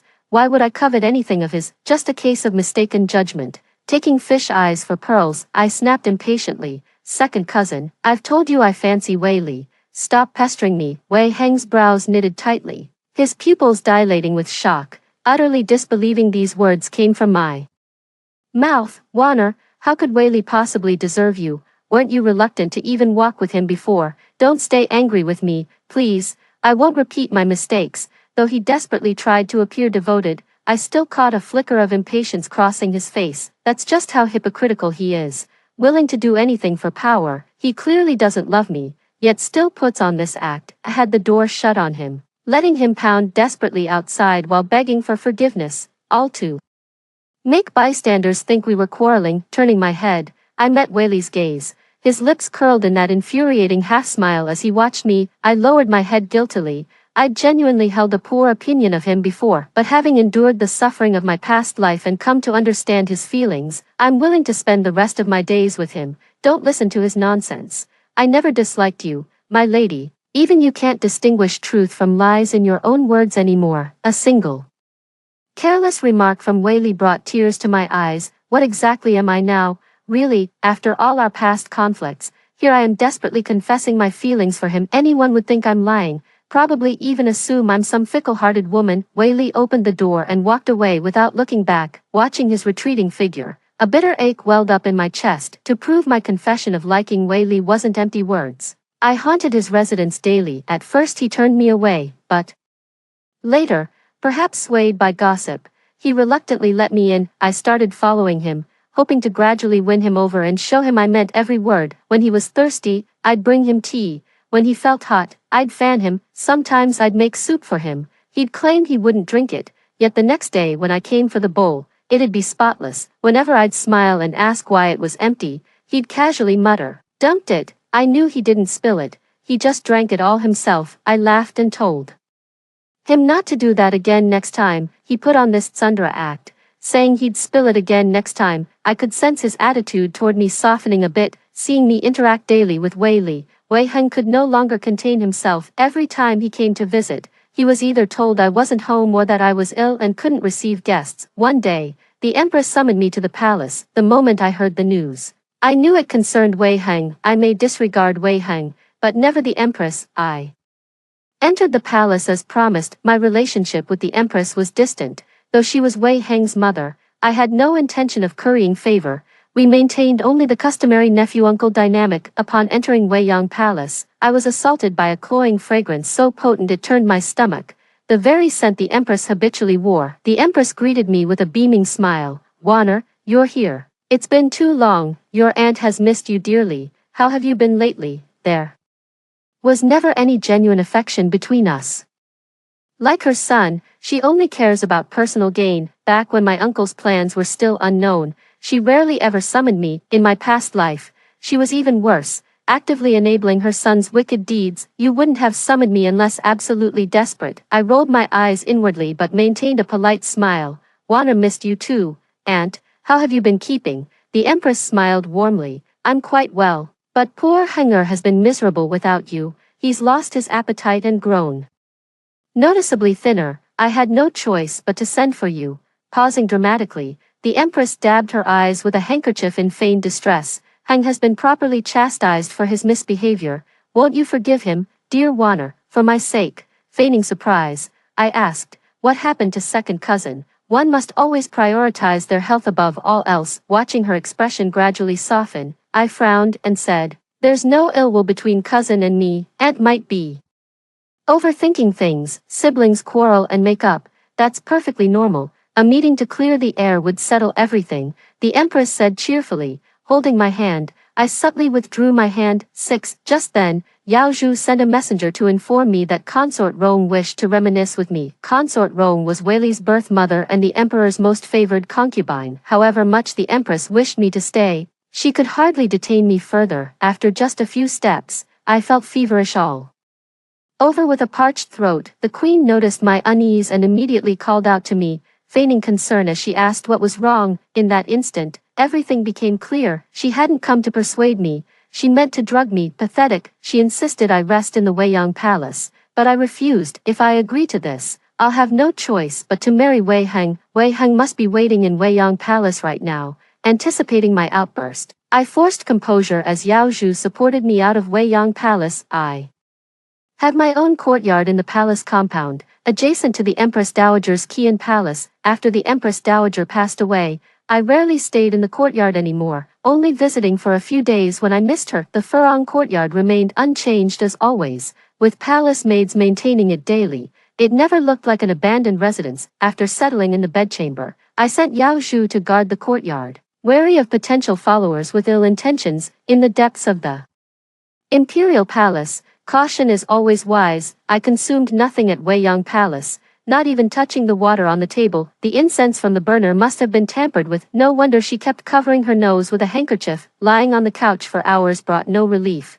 only growing restlessness and heat. I even considered stripping off all my clothes, but reason prevailed. In my dazed state, I faintly heard footsteps approaching the room. Alarm bells rang in my mind as I held my breath, barely daring to exhale. The footsteps drew nearer while I strained to peer outside. A man's figure flashed past outside the door. Moments later, he was seen approaching the room. Recognizing it was Wei Li, I breathed a sigh of relief, noticing my flushed face and disheveled clothes. Wei Li furrowed his brow, hesitating whether to come closer. I called his name in a voice so uncharacteristically sweet it startled even me. Wei Li averted his gaze and summoned Yao Zhu to attend to me. He remained standing guard outside the courtyard. Yao Zhu brought cold water to sponge my body, then placed chilled cloths on my forehead and underarms to reduce the fever. I felt much better after 4 hours. I asked Wei Li why he came to my courtyard. With a stern face, he claimed he was just passing by. I believed him. After he left, I checked the outer room where he'd been and saw numerous unfamiliar objects displayed on the antique shelf. Among them was an exquisite wooden carving of a little girl with a lotus leaf atop her head, instantly recognizable as me. 7. The remaining items were hairpins and ornaments, less refined than my own collection yet precious for being handcrafted by him. All told, there were exactly 15 objects of varying sizes. Now I understand. This was his birthday gift for me, from my birth till my coming of age. My eyes brimmed with tears as I gazed at these, smiling with joy. This is my dashing young man, the boy who had always restrained himself. In my past life, I never saw these gifts. When I returned to the courtyard, he never gave them to me. Perhaps my actions after rebirth, so different from my previous life, gave him the courage. I carefully gathered these items and brought them back to the princess's residence, displaying them in my bedchamber. Wei Li had changed completely, nothing like his former self. He began studying diligently with his mentor, strictly observing rituals. No longer carousing with other young nobles, he trained relentlessly in martial arts until drenched in sweat every single day. His fair complexion gradually darkened into a sun-bronzed hue. Wei Heng and the Empress grew increasingly anxious. Wei Li had always been their uncle's favorite, though previously distracted by pleasures. Now that he'd become serious, Wei Heng's path to the throne grew thornier. The aloof nobleman Wei Heng began courting maidens from prominent families, forging alliances with the powerful. Blessed with striking looks and renowned for his extraordinary talents, he became quite popular among noble ladies. Now that he's willing to step down from his pedestal, the ladies are overjoyed and swarm around him. I just quietly watched him dig his own grave, yet he still wouldn't let go of me, the one closest to the throne, and kept provoking me. The Duke of Qing's household hosted a grand banquet to celebrate the matriarch's 70th birthday, inviting numerous guests. I wasn't planning to go. Mother Princess could have attended alone. 8. But Wei Li insisted I come for the opera. So I went. The Dowager Duchess of Qing stayed as His Majesty's maternal aunt, making her my great-aunt. At the banquet, amidst the crowd, I spotted Wei Heng, whom I hadn't seen in ages, and Lu Yueling staring intently at him. The banquet was gender-segregated, with the young ladies stealing glances at the noble gentleman across the hall. I exchanged a knowing smile with Wei Li when our eyes met. My gaze then followed Lu Yueling, and soon noticed her slipping away from the gathering unnoticed. I discreetly sent someone to shadow her, instructing them to fetch me should any trouble arise. As expected, a maid from Duke Qing's household came looking for me. Before long, I glanced at Wei Li just as he happened to raise his eyes to meet mine. Not long after I left, Wei Li arrived with a couple of young noblemen. Wei Li must have known something, otherwise he wouldn't have invited me to watch the play. I suppose it must be Wei Heng's sordid affair with that Lu Yueling. The maid led me to a side chamber where Yao Zhu sat outside, ears pricked up to catch the commotion within, her face a mix of disgust and curiosity. When Wei Heng arrived, there was a damp patch on his robe. He strode straight to the chamber and entered without hesitation. A startled gasp came from within, followed by a piercing shriek. It was Lu Yueling. Elder brother, what brings you here, and who might this young lady be? Wei Heng's questioning voice carried just loud enough for those outside to hear. Immediately, the crowd outside rushed in to witness the commotion. I stepped inside and stood beside Wei Heng, who shielded my eyes with his hand. Lu Yueling was frantically putting on her outer robe, her face flushed with panic. The second prince and Miss Lu, this is utterly scandalous, the son of the Minister of Revenue sighed, flicking his sleeve in disapproval. More onlookers gathered, and anyone could tell at a glance what disgraceful scene had unfolded. Wei Heng spotted me like a drowning man clutching at straws, desperately rushing toward me. Warner, it's not what you think. Lu Yueling seduced me, Wei Heng pleaded urgently. He tried to grab my hand, but I recoiled in disgust. Second cousin, how could you commit such indecent and scandalous acts? I feigned disappointment. Lu Yueling stared at Wei Heng in shock, her tear-streaked face like rain-drenched pear blossoms as she shook her head repeatedly. No, Heng, tell them the truth. We're deeply in love. I never seduced you, another voice interjected, even mutual affection doesn't excuse such behavior. Committing indecent acts at the Dowager Duchess's birthday banquet, your illicit union without proper matchmaking was improper from the start, Wei Heng persisted desperately. It's not true, I don't even know this woman, Warner, don't listen to her slander, Wei Heng, Lu Yueling shouted, her voice breaking, I was wrong to ever trust you, to think you'd be this cowardly, too selfish and petty to even admit the truth. She burst into laughter again, I'm already carrying his child, we've known each other for ages, just check the records if you don't believe me. Lu Yueling gazed at Wei Heng, tears silently streaming down her face. Wei Heng, you've been secretly courting those noble ladies, playing sweet to their faces while calling them shallow and vain behind their backs, all to win their family's support. You swore I was the only one you loved, yet you've deceived every woman who crossed your path. The moment these words were spoken, the crowd stared at Wei Heng in disbelief, their faces twisting with unconcealed disgust. Wei Heng seemed to have reached his limit. He strode forward and slapped Lu Yueling across the face. The farce was quelled by the Duke's intervention, yet rumors spread like wildfire through the capital. The once devoted couple had now come to such a wretched pass. Finding no hope with me, Wei Heng turned to court other ladies, doubtless against Lu Yueling's wishes, sowing discord between them. Who'd have thought they'd turn on each other so abruptly in public? The emperor, my uncle, bestowed Lu Yueling upon Wei Heng as his concubine. Wei Heng will never become crown prince now. I won't marry him, and neither mother nor uncle would permit it. Before long, Lu Yueling miscarried and truly lost her wits, descending into madness day after day. Uncle grew increasingly strict with Wei Li, clearly grooming him to be the next ruler. But I don't really want him to be emperor. What an exhausting life that would be. I know he's reluctant. He said he'd do it for my sake. He just wants to live freely. And so do I. As children, we vowed to roam the world like the heroes in our storybooks. I could never bear to spend my entire life confined within these walls. The northern barbarians have invaded, seizing our lands and slaughtering our people. The enemy advances fiercely as our forces retreat in successive defeats. Prince Wei petitioned the throne to lead troops north against the enemy. As the imperial prince, his presence would boost the army's morale. He departed in the balmy days of March, yet remained absent through the bitterest winter months. Waiting in the capital, I made countless pilgrimages to Chaoyun Temple to pray for his safe return. On the 10th day of the 12th lunar month, military reports came in saying he'd vanished while attempting to decapitate an enemy commander. I completely panicked. That very day, I secretly headed north without telling a soul. When I reached the barracks, I spotted a man whose build resembled his. He's back, I called out, Ali,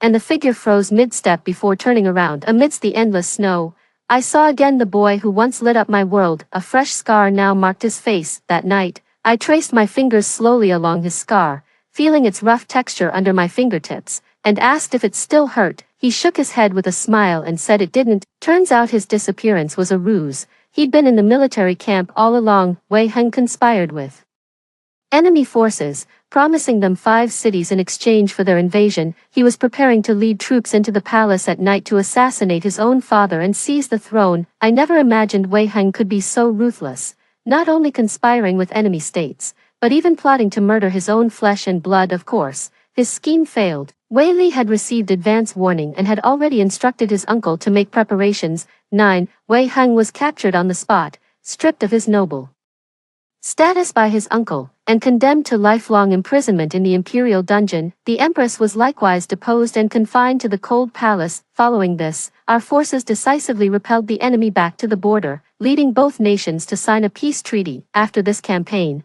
Wei Li's stature soared, earning both the aristocracy's acclaim and the common people's adoration. When his uncle asked what reward he desired, he requested an imperial decree for marriage. Why? Later when I asked why, he said he wanted to achieve glory through his own merits and win me honorably, not through my status or his uncle's favor. We traveled across, dashing together, immersing ourselves in diverse customs and living with unbridled freedom. 22. Extra story. Wei Li. After years of imperial rule, I finally found release, awakening back in my old residence as the 4th prince. On the day of Wanwan's coming-of-age ceremony, the emperor asked which prince she favored, knowing exactly how she'd respond. I simply waited in silence, but her answer took me completely by surprise. He said she likes me, she has feelings for me. Am I dreaming? Did the heavens take pity on my past suffering and decide to sweeten this life for me? Didn't she have a crush on Wei Heng? In the following days, Wan Wan never gave Wei Heng a warm reception. I went to Chaoyun Temple seeking the abbot's guidance, only to run into Wan Wan there. She seemed different from how I remembered, so unexpectedly bold, yet she was always meant to be bold, just like in her childhood. Wan Wan came to the manor daily seeking me out. At first I refused to see her, fearing I couldn't restrain myself. 10. But she waited outside the gates every single day, and my heart softened. She served me tea, fanned me gently, and prepared nourishing soups. Those were all things she had done for Wei Heng in her past life. A pampered princess like Wan Wan, confined to the inner courtyard cooking porridge and soup for Wei Heng, though displeased. I scowled and refused her soup, yet ultimately couldn't resist. How could I waste something Wan Wan made with her own hands? The colder Wan Wan treated Wei Heng, the more pleased I became, yet this very coldness brought calamity upon her. When I arrived at Furong Court, I saw her flushed cheeks and eyes brimming with desire. At that moment, I could have killed Wei Heng with my bare hands. In my past life as emperor, I uncovered all the collusion between Wei Heng and Lu Yueling, so I dragged Wan Wan along to witness his little affair with Lu Yueling. When Wan Wan entered, I covered her eyes fearing the sight would taint her purity, though I'll never know how much she truly witnessed. The marriage between Lu Yueling and Wei Heng severed his last thread of hope to ensnare Wan Wan. Little did I know Wei Heng would grow so brazen, conspiring with the Rome kingdom, even plotting patricide to usurp the throne. I'll see him thwarted. Mark my words, in the end, he was imprisoned. As for me, I successfully married Wan Wan as I'd always wished, emerging as the ultimate victor. Neither Wan Wan nor I desired to be confined within palace walls, so we gladly let my elder brother ascend the throne. Our elder brother is a wise and benevolent ruler. At last, Wan Wan and I can wander the world together, traversing the vast mountains and rivers of the Great Sheng. Story 2. When the zombie apocalypse struck, we were running low on food at home. I pleaded on my knees for my father not to cast me out. Instead, he kicked me until my face was bloodied, unable to move. I lay on the ground while my stepbrother urinated on me, and my stepmother went as far as to stab me with a knife. Eventually, I fell into the hands of the zombies and was torn to pieces. After being reborn, I lay at home without any worries about food or clothing, watching leisurely as the family of 3 outside was bitten to death by zombies. At 9 a.m., with my hair disheveled and my face dirty, I looked out the window at the continuous stream of cars and realized I had returned to 30 hours before the outbreak of the zombies. I hadn't even fully processed this bizarre rebirth when a severe pain erupted in my head. I remembered that this morning, before I had eaten anything, my annoying little brother insisted I kneel down and let him play a game of riding me like a horse, threatening not to let me go otherwise. Ever since he turned 3, under our stepmother's influence, he would occasionally command me to kneel and act as his horse. Today was worse. He pulled at my long hair from behind as he rode, causing me excruciating pain while he laughed heartily. As tears streamed down my face, my stepmother cheered him on, praising her son as a heroic figure with a true man's spirit. When I looked to my father for help, he kicked me in the head. My head buzzed, the room spun, and it felt like the floor was floating. He scolded me for being inconsiderate and not taking care of his son, upset that I had refused to let my brother ride on me, causing him to cry and fuss to the point. It broke my father's heart. The severe pain in my head, compounded by my empty stomach, made me faint unexpectedly. I was reborn at this time. In my previous life, resting in the large house had led to being trapped there and eventually being coldly abandoned by my kin and dismembered by zombies. This life, well, I quickly grabbed the last pack of clothes and returned to the next building where I lived. With 30 hours left before the zombie outbreak, I urgently needed to prepare for the impending doom. Since finishing middle school, my father, influenced by my stepmother, had made me start working, so I had over 50,000 yuan saved from years of labor. However, I knew this wouldn't be nearly enough to survive the apocalypse well, so I immediately checked my phone for strategies on exploiting online loans. Within half an hour, I had exhausted all options and managed to secure over 500,000 yuan. In the apocalypse, survival isn't guaranteed, so it was better to borrow first and worry later. When my stepmother and her family came back from eating out, I quickly locked my phone and pocketed it. Flora, Your father only scolded you because you did something wrong, and you fainted as if putting on a show. Have you grown up to be so dramatic? My stepmother said disdainfully. The kick that had knocked me out was trivialized to just a scolding in her words. My slightly slow cooperation in being a real beast of burden for my little brother was now, in her eyes, a misdeed deserving of punishment. Indeed, over the years, her recurring phrase had been, "What's wrong with a sister letting her brother ride her a bit?" Such a malicious saying, but having somehow survived over a decade in this household, I had grown accustomed to this degradation. My father, fully agreeing, looked at me disapprovingly. "Drama queen, disgusting," he commented. My little brother, hearing his mother's words, even spit on my face. I didn't dare make a sound or even meet his gaze, knowing that doing so would appear as jealousy towards my brother and would provoke a joint reprimand from my stepmother and father. This wasn't the first time I had to wipe spit off my face. I had gotten used to it, accepting it indifferently. After checking my phone, which showed that 10 minutes had passed, I knew I had to quickly find a safe house and stock up on supplies before it was too late. My target was a top-floor apartment in the neighboring complex. It was only 90 square meters and often looked dirty and old from being rented out, a stark contrast to our current 180 square meter 4-bedroom apartment. Both properties had been left by my mother. My grandparents had passed away early, and now these properties were possessed by my Phoenix man of a father. However, before my mother passed away, whether or not she knew of my father's true colors, she had specifically left a will. Once I turned 18, which was under my father's care, I was to receive an apartment and some savings. My birthday was last month, and my father and I had already completed the necessary procedures. My dad promised to transfer the ownership of that old, run-down apartment to me, but he kept making excuses to delay visiting the housing authority to process the transfer. I haven't even received the keys yet. As for the several million in savings, my dad hasn't even mentioned it. I've given up hope of getting the money. I'd be satisfied just to get that old apartment now. Dad, I keep upsetting my younger brother at home. And coincidentally, the tenants in our old house have just moved out. I'd like to move there. I said this to my dad, head bowed and speaking cautiously. As soon as I mentioned the house, he furrowed his brows. There are people coming to look at renting that old house tomorrow. The house is so big. Why would you want to move there? Just be more sensible at home and listen to your brother more. Isn't that enough, Dad? Haven't I grown up? I'm working now, and if I have a boyfriend, it wouldn't be convenient, and I'm worried it might affect my brother. Besides, that house was left to me by Mom, but as a daughter, I know that the family property should go to my brother. He's the one who will carry on the family line. I'll even pay rent each month, just like the last tenant did, $1,500 a month. I said this reluctantly. I knew they were just being greedy. If I hadn't offered rent, they wouldn't have let me live there, right? Everything in this house is mine. My sister is just a financial loss, my bratty brother said, his eyes widening as he heard about the house, just like he does when he sees tasty food, greedily pulling everything towards himself. Hearing me speak like this, my dad looked a bit more pleased. All right, you can move there for now. We're under financial pressure at home anyway, so you must give your mother $1,500 a month on time. Feeling slightly relieved, I eagerly agreed. Finally, I was about to get the keys. Tomorrow might as well be the end of the world. Who knows if you guys will even survive? Humph, stealing what my mom left for me, just as my dad was about to hand me the keys. Wait, sure enough, every time someone makes things difficult for me, it's my stepmother. I wonder what trick she's going to pull this time. My stepmother snatched the keys from my dad's hand and played with them in her hand, looking at me with a playful gaze. She seemed to realize how much I wanted to live in that apartment. Flora, you can live there, but this rent isn't right.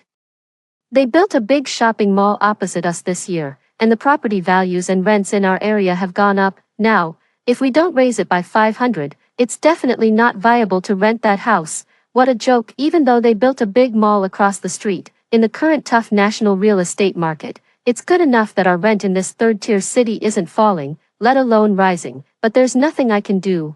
The zombie apocalypse is breaking out tomorrow afternoon. I know the only top-floor apartment I can get quickly is that one, because it's not the top floor. Installing solar panels and rainwater collectors would be difficult. I have to agree to whatever she demands now, but I can't let her see how eagerly I agree. I gritted my teeth and said, fine, I'll give you $2,000 next month, but at that price, I can only afford to stay for 1 month. Next month I'll have to look for another place. It's not next month, you have to prepay the rent now, other tenants prepay, I won't ask you for a deposit since we're family. Looking at her disgusting, triumphant face, I suppressed my anger and transferred 2,000 to her right there, but when I reached out for the keys, she still refused to let go. There's something else I need to tell you, you're not young anymore. My cousin wants to meet you this Sunday at Hot Springs for a matchmaking date. You have to go, you know that, right? Damn, her cousin, short and fat, pot-bellied, oily-faced, in his 40s, his ex-wife ran away from him, and he has 2 sons. Ever since he saw me last year, he's been harassing me. Last year, my stepmother forced me to go on a matchmaking date with him. I barely managed to get out of it using the excuse that I was still underage. I just turned 18 last month. Although I'm not a stunning beauty, I was the school beauty in middle school, and now she's insisting I go to this matchmaking meeting at the Hot Springs. That wasn't a matchmaking session, it was more like a lover's rendezvous.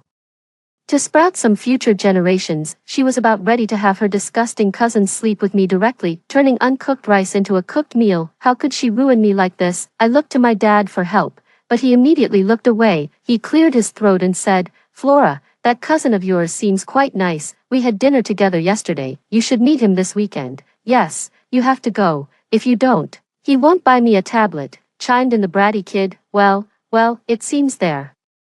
Dinner was more than just a simple meal. They were definitely selling me out, based on my past experiences. If I don't go this time, the consequences will be severe. It's no longer just about getting a beating. I never imagined my own father could do such a thing. I lowered my head, holding back tears, and nodded in agreement. Finally, I got the keys. After getting the keys, I quickly packed my clothes and luggage, taking everything in 2 suitcases. I didn't have many clothes, and didn't even think about makeup. Only the bedding took up a lot of space. As soon as I went downstairs, I called the locksmith to change the lock cylinder of the old house's security door right away. This way, I wouldn't have to worry about them entering in the future. Otherwise, no matter how much I stocked up or fortified the house, I might not escape from those 3 predators. The locksmith arrived quickly and changed the lock cylinder swiftly. I then hurriedly chose a more expensive renovation company online, stated my requirements, and reported the dimensions of the doors and windows. I placed an urgent order,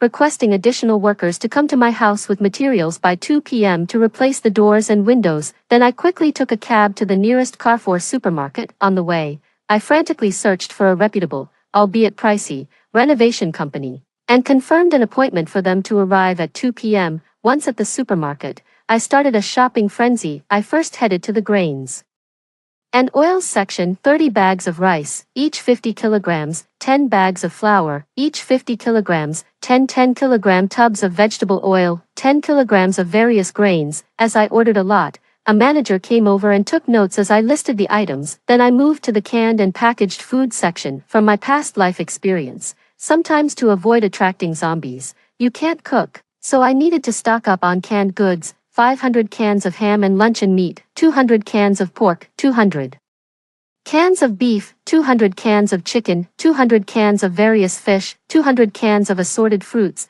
100 packs of military rations in various flavors. I also made a side trip to the instant noodles and ready-to-eat meals section. 50 boxes of various instant noodles, 100 boxes each of instant hot pot and instant rice, 5 large cans each of coffee and juice powder, over 50 bags of various snacks, 1 case each of my favorite bottled drinks, totaling 5 large cases. Then to the fresh meat section, 200 kilograms of fresh pork, because you can't go long without meat if you're fighting zombies. 50 kilograms each of beef and lamb, 100 kilograms of chicken, 50 kilograms of various frozen fish. To the vegetable section, 200 kilograms of potatoes, good for storage, 200 kilograms of sweet potatoes, 100 kilograms of carrots, 100 kilograms of pumpkins, 50 kilograms of onions, 20 kilograms each of eggplants, green peppers, Shanghai greens, tomatoes, and cucumbers, 10 kilograms each of various spices like ginger,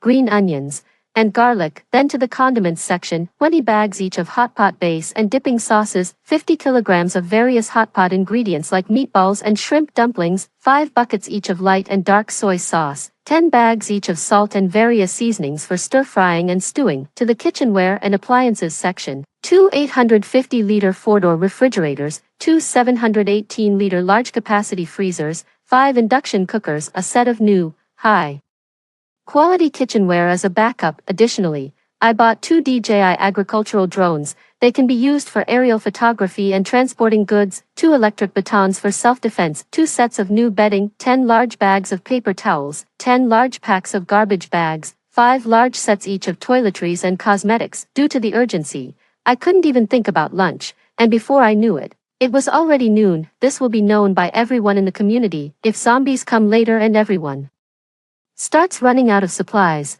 They will naturally target me for food. Even the sturdiest house won't be able to keep out so many hungry people. I told the supermarket manager that my home storage isn't available yet, and I left him my number, asking him to wait for my notification. I quickly took a taxi to the logistics park near my home and rented a temporary warehouse. I rented the smallest one, 100 square meters, for 2 days. Then I called the supermarket to let them know they could deliver.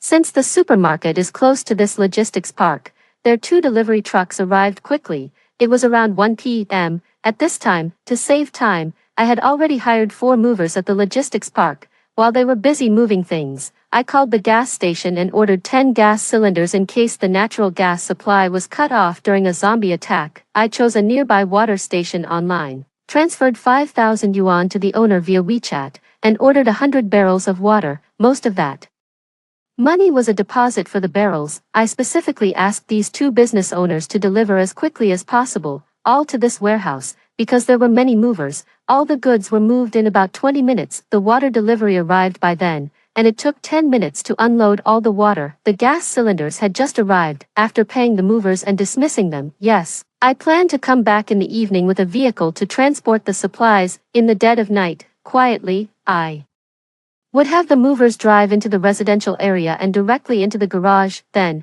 from the garage, the goods would be unloaded directly into the elevator that leads to the underground garage. After reaching the top floor, the family across from me happened to be out, so their home was empty. This way, I could quietly and covertly move the supplies to my home later. I also booked a 50 square meter solar power system for the rooftop from a home solar energy company, paying a 50,000 yuan deposit online. I also ordered 8 18W220V outdoor power supplies from this company, with a 40,000 yuan deposit. Additionally, I ordered a rooftop rainwater collection system from a rainwater collection system installation company, planning to place the rainwater receptacle in the attic. I asked them to come and drill holes this afternoon because I wanted to take advantage of the noise from the renovations to secretly drill holes from the rooftop to my attic. On my way home, I stopped at pharmacies to buy various essential medicines, cold medicine, anti-inflammatory drugs, gastrointestinal drugs, painkillers, fever reducers, various trauma drugs, bandages, plasters, and other medical supplies, various antibiotics, vitamins, and 10 large bottles of chlorine dioxide disinfectant, which had been proven in my past life to prevent zombie virus contamination. I bought 30 large boxes of antiviral drugs, not sure if they could fight the zombie virus, but I stocked up just in case.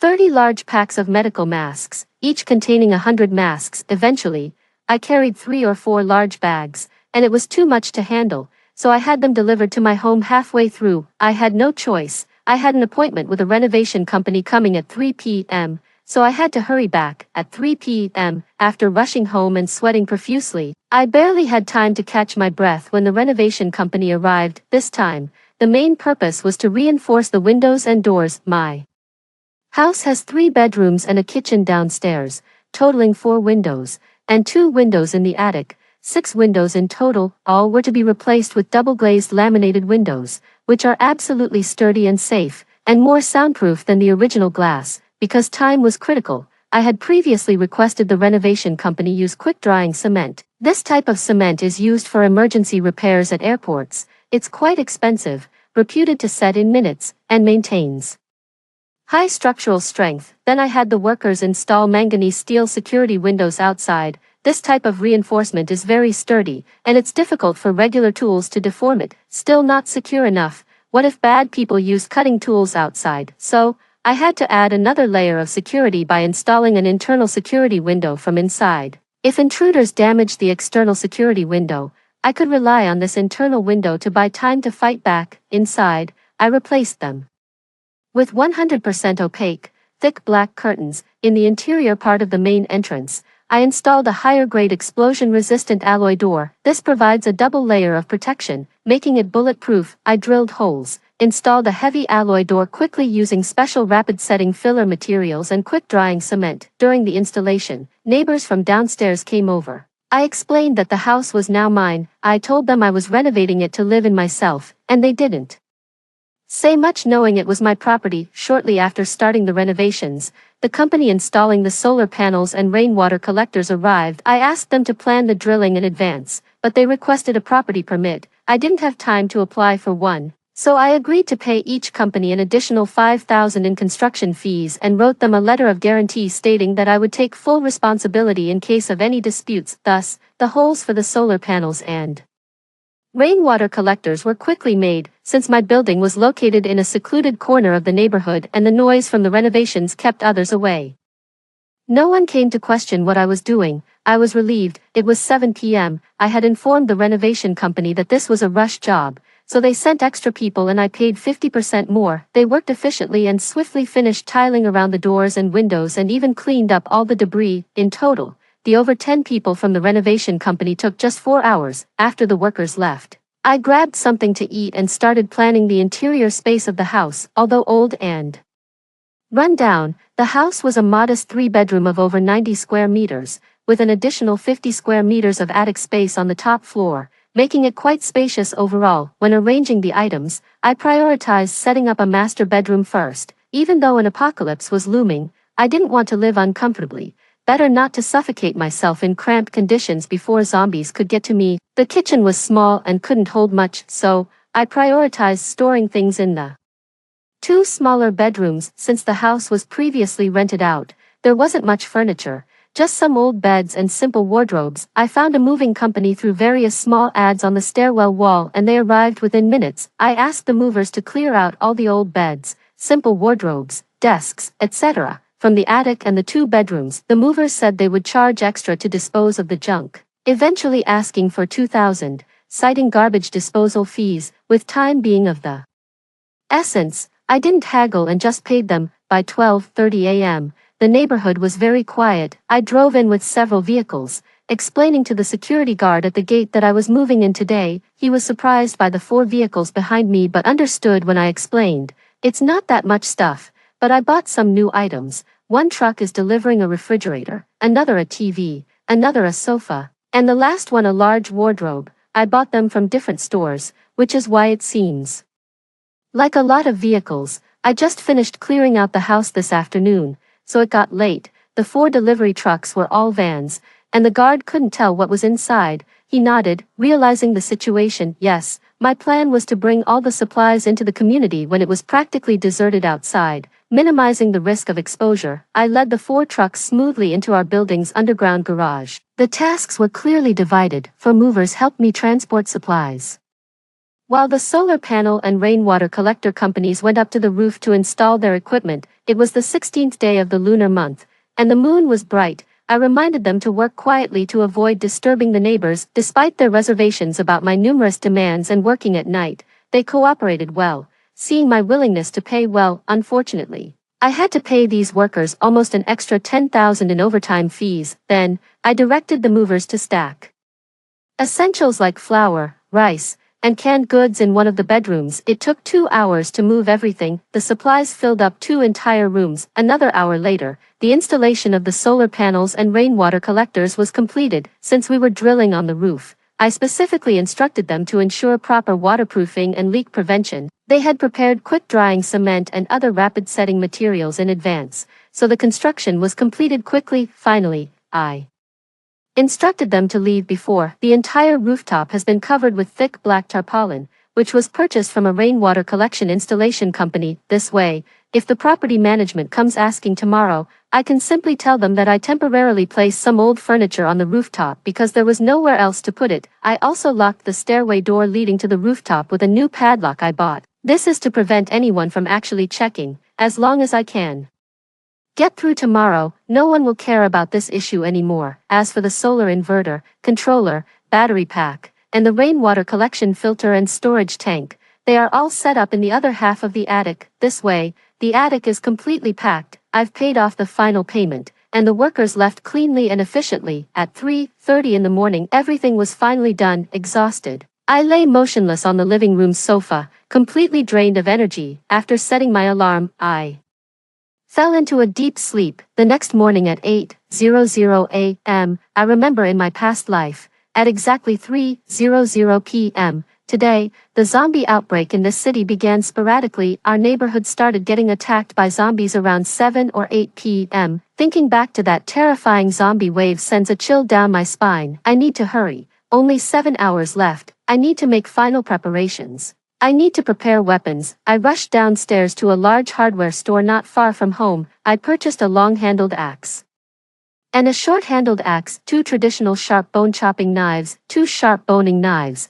over 30 centimeters long. I also spent a significant amount of money on 2 Tang Dynasty-style manganese steel broadswords, nearly a meter long, which the shop owner had kept privately. These items were difficult to transport, so I had to buy a very large suitcase from the neighboring bag store to bring them home. At the same time, I changed the phone number for my house at the property management office, telling them my dad changed his phone, since I often visited the property management office for tenant registrations and other procedures, and was quite familiar with them. They readily changed the number. I also informed them about the renovation, saying I would temporarily store some furniture on the rooftop for a day or two. The property management acknowledged and urged me to clear it soon. I breathed a sigh of relief and returned home, collapsing on my bed as if paralyzed. At 10 a.m., 5 hours until the outbreak, I was finally completely ready, stocked with food, drinks, and self-defense items. I had also maximized the protection of my home. Now I could finally stop worrying and hope that fate would allow me to survive until the world is liberated and the government and military come to the rescue. But then,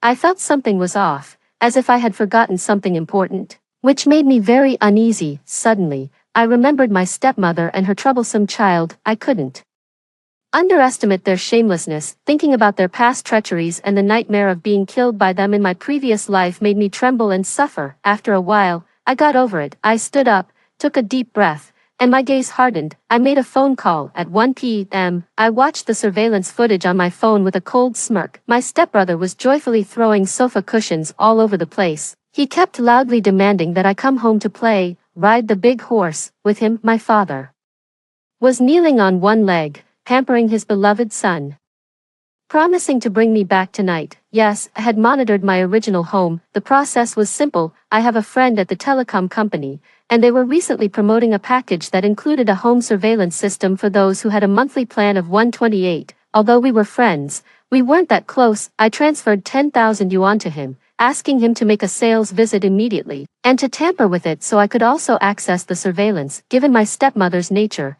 she wouldn't pass up something free that came to her door. My friend was efficient. He set everything up in less than 10 minutes. He also installed a free system for me, positioned just above my front door where it wouldn't easily be tampered with. Soon after, my father called. I hung up immediately. Just a little longer, and the show would begin. At 3 p.m., I stood by the window, watching the streets outside the community. Suddenly, a howl-like scream of zombies came, and in an instant, a horde of hundreds rushed over from the main city area. I breathed a sigh of relief. Yes, just like in my previous life. But then, everything has changed for me. I hurriedly ran up to the rooftop and tore off the black cloths covering the solar panels and the rainwater collector. Then I locked the door to the rooftop again with a heavy lock. Back home, after thoroughly checking all the doors and windows, I leisurely washed a bowl of fruit and sat on the sofa, eating while watching a drama series. There was no helping it. Although I had a large fridge, I still had some fresh vegetables left outside. As for the fruits that spoil easily,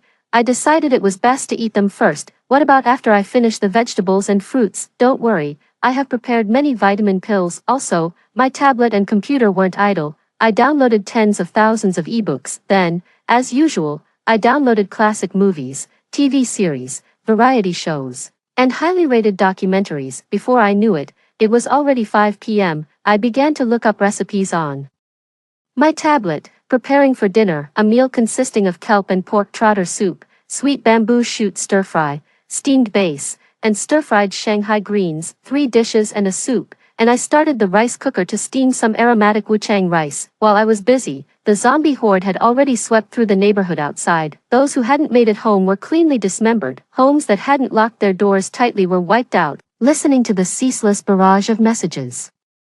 Popping on WeChat groups, I casually turned off my phone. 8 p.m., having just finished dinner. I was enjoying some fruits after the meal. Suddenly, the power went out, plunging the house into darkness. The fan that was running also stopped. It was summer, and although it was hot, I dared not turn on the air conditioner, fearing that the noise would attract zombies and people with malicious intentions. I endured like this for 3 days. And unexpectedly, on the 4th day after the power outage, the temperature at noon suddenly soared. Touching the scorching glass with my hand, I felt it must be at least 40 degrees outside. I had no choice but to turn on the air conditioner in the bedroom. Its unit was tucked away in a corner of the neighborhood, likely unnoticed by anyone. Just as I was comfortably lying in bed, watching a show, my phone suddenly displayed an incoming call from my dad. It had been many days since the zombies appeared, and he had never bothered to contact me, but now he was calling. "Niz, I heard your entire neighborhood is out of power. How do you have electricity?" I felt a sudden chill at his words. A bad prelude. "No, the power's out here too. How could I have electricity? You're still lying. I can hear your air conditioner." His wife's shrill voice came through the phone. "Take a look at this photo. If it weren't for my cousin being downstairs at your building, I wouldn't have known." I opened the photo and saw it was indeed the reinforced iron bars outside my window. "It looks like you were really prepared, reinforcing the doors and windows, and you're using solar power, aren't you? Our neighborhood hasn't lost power yet, but I guess it will soon. Stop beating around the bush. Get ready, we're coming over tonight in the dark." Before she could finish her command, I hung up the phone. I blocked her and her phone number, along with her WeChat. I let out a long sigh of relief, although they now knew my doors and windows were reinforced, and they couldn't get in. Even if they knew I had plenty of food. With zombies everywhere, they wouldn't dare to gather in large numbers. As long as there weren't many of them, the kind that could breach walls, I wasn't worried. I switched on the surveillance footage. I saw my father and his wife cursing vehemently. "This little wretch. I always said she couldn't be trusted. Look at her. Not only did she know about this in advance and not tell us, she doesn't even want to call us over. She deserves to die." His wife's face was distorted with rage, as if she could devour me. Damn it, had I known it would come to this, I would have strangled her when she was a child. It was only a moment of weakness, agreeing to her mother to take care of her. "You're an idiot. She's not even your own child. Should have just drugged her and killed her back then, right? Kill her." The child thought it was fun and echoed his mother's words immediately. "What? I'm not his biological child. That explains everything I've endured over the years. I used to think I was just unlucky. Having a stepmother meant having a stepfather. But it turns out I'm not their real child." I held back the tears that were about to flow, took a deep breath. Originally, out of respect that he is my biological father, I was prepared to save him in this apocalypse. But now, the substantial savings and the house worth millions that my mother left me are enough to repay all his debts. I don't owe him anything. Helping him in the apocalypse would be a favor. Not helping would be reasonable. I became resolute, looking at my phone again. The screen on the other side had gone black. It seems their area also had a power outage. Then my phone rang again. It was an unknown number. "Girl, it's your dad. We've run out of food at home. You can't just leave us to die," he said, then started sobbing. "Well, let's see how this wolf in sheep's clothing performs. You still remember when you were 3 years old, you had a high fever that wouldn't go away. And I was with you in the hospital for 7 days and nights until you were well." He continued. "Nice try. As if I don't remember. I was precocious, remembering things from the age of 3. I remember that year he left me at a private clinic in our community and just ignored me. Luckily, the doctor there was a former neighbor of my mom. They were close. She felt sorry for me." She sighed a lot. "That's how I was cared for by that doctor for 7 days and nights. It wasn't until I got better that he was notified to take me home. Later I found out that my mom had left money there for my medical expenses before she died. Thinking of my mom made me sad. Let's not talk about the past. Think about all the food, clothes, and other expenses over the years, all paid by me. You can't be ungrateful," he added. "Really, he talks as if he didn't spend all the child support money my mom left. He even wanted me to drop out after elementary school. I had to beg, cry, and collect scrap to afford middle school all those years. How could I face my schoolmates?" A girl always called a scavenger, didn't I deserve to be seen differently by my peers? Didn't I have boys I liked? And he still has the nerve to bring this up. Girl, our power just went out too, and the phone is about to die. I know you must have stocked up on a lot. You need to help out at home. I bit my lip, suppressing the hatred in my heart. I've been feeling a bit suffocated recently, and now I remember the good things you did for me when I was young. I'll send you some food. As for electricity, I have a backup outdoor power source. I said this while trying to hold back my disgust. I decided to use my professional agricultural drone to send them 5 kilograms of rice. I'll also send an 18,000 milliamp hours outdoor power source. I had bought 8 of them previously. Since I have plenty of supplies, I'll give them some hope first. I'm curious what outrageous things they will do later. Sending the power source is just to keep the surveillance going. This drone, used for spraying pesticides in agriculture, can carry 30 kilograms of goods and has a real-time camera and outdoor power source weighs 7.5 kg, plus 5 kilograms of rice, only 12.5 kg total. This drone can handle it without any problem. Each drone cost me nearly $20,000. I carefully placed the drone from the window onto the rain shelter below. Then after it took off, I attached the small bags of rice and the outdoor power source. It reached its destination quickly. After the supplies were delivered, the surveillance camera resumed functioning. I saw this family cursing vehemently on the monitor. This little beast, she must have ready-to-eat meals and meat, but she only cares about herself, sending us raw rice. I smirked coldly in front of my phone.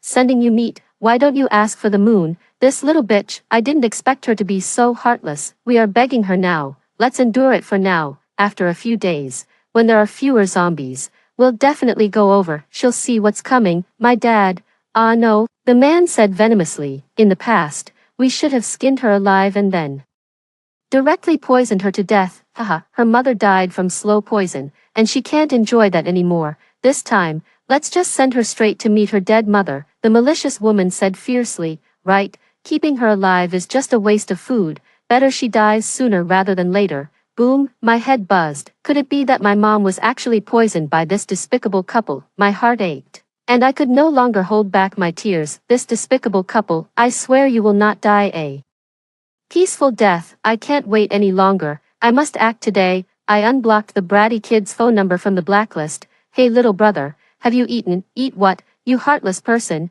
How can I eat raw rice? This damn brat. Sister is sorry, I apologize to you, but there's nothing I can do. The drone can't carry more. However, I have all sorts of steaks, chicken legs, and plenty of canned fruit here also. I have enough power here to run the air conditioning and play games without worries, but too bad, you can't come over. Hang in there little brother. Once there are fewer zombies outside in a few days, you can come over. What, you have meat and can use the air conditioning? Hurry up and prepare. Make me 10 steaks and 10 grilled chicken legs. I'm coming over right now. Hurry up. There are so many zombies outside right now. Before I could finish, the bratty kid hung up the phone in frustration. I immediately turned on my phone's surveillance. I saw the bratty kid throwing a tantrum. Desperately, he was crying and rolling on the ground so much that his eyes turned white, and his parents were so anxious they knelt beside him begging him to calm down, but he refused to wait and insisted on coming over now. Finally, after discussing, his parents decided to wait until night when the zombies rested to sneak over. At 8 p.m., through the surveillance, I saw the despicable couple and the brat packing up small bags and setting off. They didn't bring much food, but they carried a kitchen knife and a dagger. I then launched a drone. This drone was used to monitor their movements. This drone had a camera with night vision, very clear. Then I launched another drone. I fixed an old phone to this drone, looping zombie attracting screams I had downloaded from the internet. This sound had been proven effective in the past. About 6 or 7 minutes later, the drone monitored that they had arrived at the east gate of our complex. Unfortunately, the gate was blocked by a car that had been smashed by zombies. I had already anticipated this because I had scouted the road conditions with the drone in advance. At that moment, another drone playing a piercing siren hovered above their car. This stimulating sound immediately attracted dozens of zombies. Since the building near the east gate had been completely taken over by zombies, it was the main base for zombies in the complex. Of course, this was also planned. They wouldn't die but would definitely be severely hurt. The drone captured that this terrible trio was surrounded by zombies, and the bratty kid was crying out of fear. His parents, seeing that the car was immovable, could only wield their kitchen knife to carve a bloody path through the zombies. They dropped everything. When the trio finally reached my door, the despicable parents were barely alive. At the door, they desperately knocked, but I calmly sat on the sofa, not moving, quietly watching them through my phone's surveillance. Girl, quickly open the door, zombies are coming. Bang, bang, bang. Seeing that I didn't open the door, they started kicking the door frantically, but my door was specially prepared for the apocalypse. It's the kind used in banks. It easily withstands robbers. It's not afraid of your destruction. Seeing that breaking the door was futile, they quickly called my phone, but I hung up immediately. Now these people finally dropped their pretense and started cursing loudly. Open the door, bitch, or else we'll come in and kill you. Haha. They still think of me as someone who would tremble with fear when threatened. I still remained sitting quietly. After a while, they got tired of cursing and changed their tone. Girl, we know we've been a bit biased towards boys over the years. We know we were wrong, but you're the eldest sister. Why don't you just indulge your brother? Bobo, quickly say something nice to your sister. The bratty kid, probably scared by the zombies, also softened. Sister, please open the door. I'm never going to ask you to carry me piggyback again. You let me in. And I called you to carry me, haha, with that child's round figure weighing over 120 pounds before even turning 10, I find him greasy and nauseating, but I remain as steady as Mount Tai. So, the family of 3 made a ruckus outside my door for half an hour, and when they saw I was determined not to open the door, they finally gave up. At that moment, a greasy fat man came up from downstairs. The stepmother called him cousin. It turned out he was the one who had previously leaked information about my situation to my stepmother. I really didn't know they were relatives. I remembered he lived alone. You all are useless, spending half a day unable to open the door. I was actually hoping to take refuge with you. The fat man was furious. He was also after my supplies. Maybe that's why he hadn't shared my details with the people in the neighborhood. But now I'm not afraid anymore. The power has been out for several days, and most people's phones are dead by now, and with so many zombies outside, ordinary people wouldn't dare to leave their homes, so who could gather to breach my house? The fat man also tried to ram my door with his hefty body. Seeing that the door didn't budge, he went downstairs and soon returned with a hammer. He smashed at the door like crazy, eventually trying to break the lock with the hammer, but it was still no use. The fat man took a deep breath. This child of yours is really heartless. Wait till I get in, I'll kill her eventually. No choice then. Cousin, take your son and come back home with me. What? The bratty kid is the child of the stepmother and her cousin. My father's eyes instantly reddened.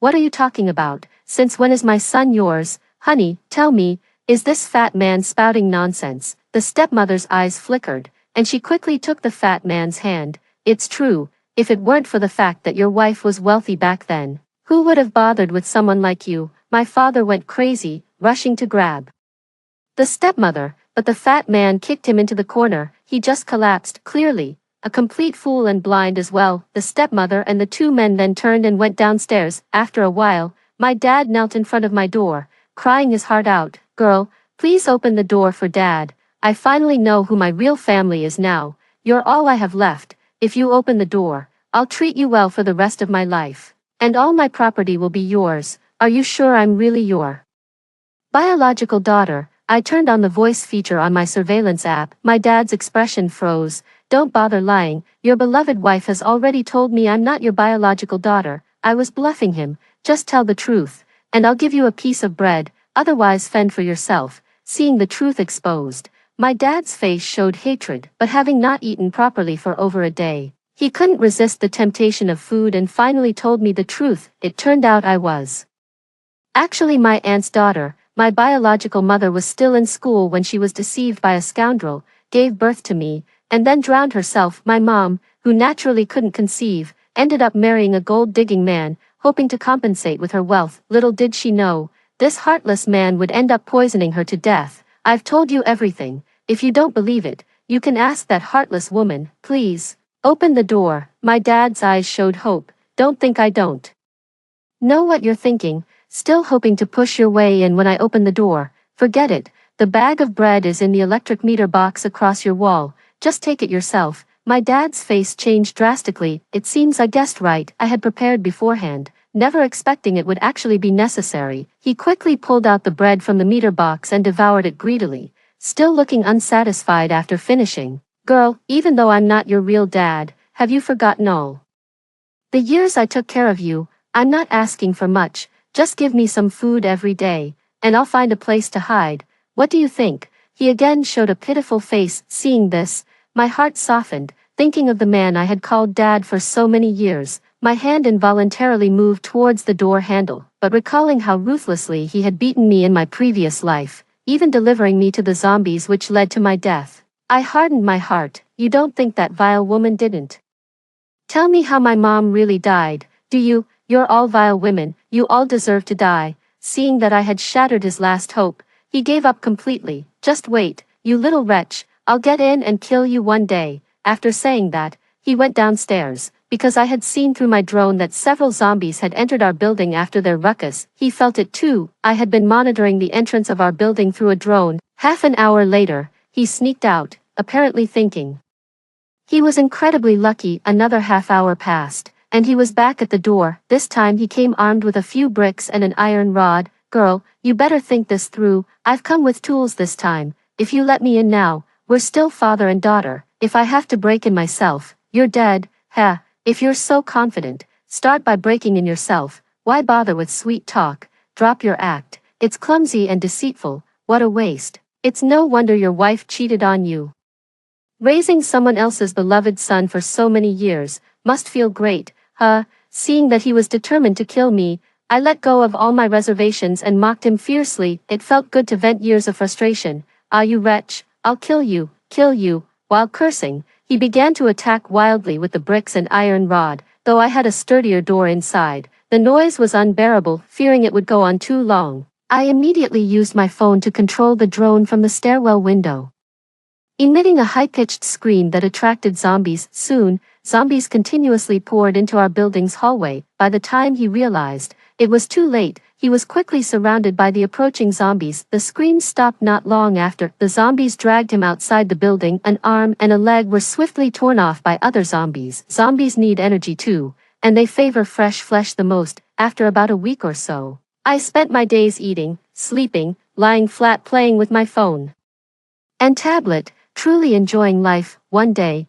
cries sounded again outside my door. It turned out to be the fat man, his stepmother, and their unruly child knocking again. This time, the bratty kid took the lead. Sister, please, open the door. I'm starving. I was foolish before. Please forgive me. Remember, I've called you sister for so many years. At that moment, the stepmother knelt down suddenly. Girl, please have mercy on us. I was worse than pigs and dogs before. I shouldn't have treated you that way.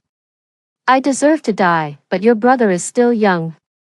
You can't let him starve to death. She slapped herself while pleading. I stayed silent, watching her act. After she slapped herself for a while and saw that I made no move, she awkwardly lowered her hand. You two are also damn useless. Hey girl inside, if you don't give us something to eat, I'm going to kill this little bastard today. What? Isn't he your own son? You're using your own son to threaten me. Someone who isn't even related to him by blood. Has your brain been infected by the zombie virus? Previously, he was very protective of the bratty kid, but it seems the hunger has really gotten to him. Is this what they call extreme desperation? Flora, please, for the sake of him being a child, give us some food. We really have no other choice. He's still young, and after all, you've lived together for so many years. Even if he were a dog, you'd have feelings for him. At this, the bratty kid quickly knelt down and kowtowed to the camera. Sister, please, give us some food. If you don't, he might really do something terrible. Please save me. Suddenly, a sharp pain shot through my head, recalling the agony and humiliation of being hacked at with a knife and doused with urine by them in a previous life. It was like a terrible nightmare, etched deep in my memory. I shook my head, hardening my heart. Stop dreaming. Don't think you can trick me with sweet words. If I open the door, would you not come in? If you come in, would I still have a way to live? So, please go away. And don't bother me for food anymore. The man glared at me hatefully, and kicked the bratty kid, who slammed into the wall, blood streaming from his forehead. Ah, his father, he's your own son. Have you gone mad? The stepmother quickly shielded the bratty kid. After all those years you were so promiscuous. Who knows if this child is even mine? Girl inside, if you don't come out with some food, I won't be nice to them anymore, he said, revealing a ruthless expression. Seeing that the fat man wasn't bluffing, the stepmother immediately knelt down and kept kowtowing. Girl, I beg you, please send us some food. From now on, I'll do whatever you ask, even die if you want. Then just go die and repay my mother with your life, I replied through the camera, realizing I definitely wouldn't give them food. The stepmother broke down and started banging her head against the door. You can't do this to me, please. It was your father who did it. It has nothing to do with me. I stopped engaging with them. I flew the drone right outside the corridor window and started to attract the zombies. The fat man realized that I was never going to give them any food. I simply grabbed one person and carried them downstairs, regardless of how much my stepmother and the troublesome kid struggled. It was futile. He was clearly using them to lure the zombies so he could search for food elsewhere. The next day, I discovered 2 more bodies beneath the building. It seemed that the mother and son had both been torn apart by zombies. The fat man came back, apparently desperate with hunger. Over the past few days, I had gathered a lot of tools, hammers, nails, chisels, a big sledgehammer. He began to forcefully break in. Meanwhile, I was cracking sunflower seeds, watching his progress on the monitor. Half an hour later, he sighed in relief, having finally managed to open the exterior security door. But then he found another door inside. It was a bleak, thick, heavy alloy door. Despite using every trick in the book, he couldn't even budge it. It was a joke, really. This was a bank-grade door, designed to stop petty thieves like him. Realizing he couldn't break through, he started to cry. He knelt down and begged, "Little girl, please have mercy. I'm starving. You hated your stepmother and brother, right? They're both dead. I was just avenging you, you beast. You even got your own son killed. If I open the door, would I still live? Better leave quickly or I'll use the drone to draw the zombies here." I flatly refused. Another half-month passed, and the fat man had turned into a skinny man. One day, while searching for food in another building, he was tackled by a sprinting zombie and never got up again. I was eating an apple at the time, watching the footage from the drone, marveling at how this previously robust man had become so frail. I continued to live a carefree, laid-back life. Most of the neighborhood had been overrun by zombies. Several months later, the zombies began to attack each other, and their numbers dwindled. Gradually, signs of life began to reappear in the city. Half a year later, almost a year since the zombie outbreak, a group of medics protected by the military began to go from district to district, vaccinating the survivors. The country had developed an effective medicine to treat the zombie infection and began deploying the army and volunteers to clear the city. I was saved, and I still had plenty of food left. I can see everyone's lifespan. One day, I suddenly found that the numbers above the heads of all my colleagues had changed to 10 seconds. The 987 doomsday is coming.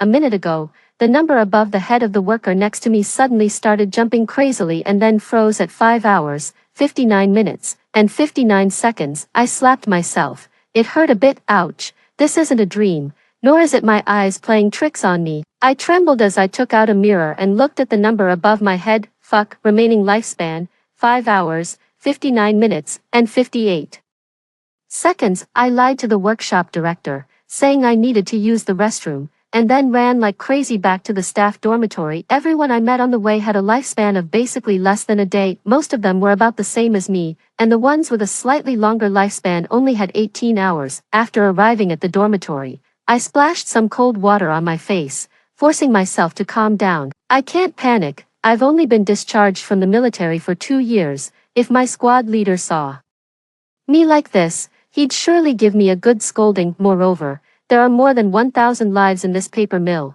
and behind each of them are more than 1,000 families. Revolutionary soldier remains true to their mission even after leaving the military. Damn it, I have to save them, but if I suddenly run out and tell them that no one will live past tomorrow, I'll most likely be taken as a lunatic and locked up. Whatever. I'll do what I can and leave the rest to fate. 2. I hurriedly packed my luggage and put on the camouflage uniform and combat boots that I had kept at the bottom of my trunk. I stroked the whitened scratches on the boots and sighed. Old buddy, long time no see, we're going to fight side by side again. Looking down at the mirror, I saw that there were only 5.5 hours left. My parents went to Maine for a trip the day before yesterday. It's almost impossible for large-scale natural disasters to occur there, and the safety level is 5-star. Thinking of this, I felt a bit of relief in my heart.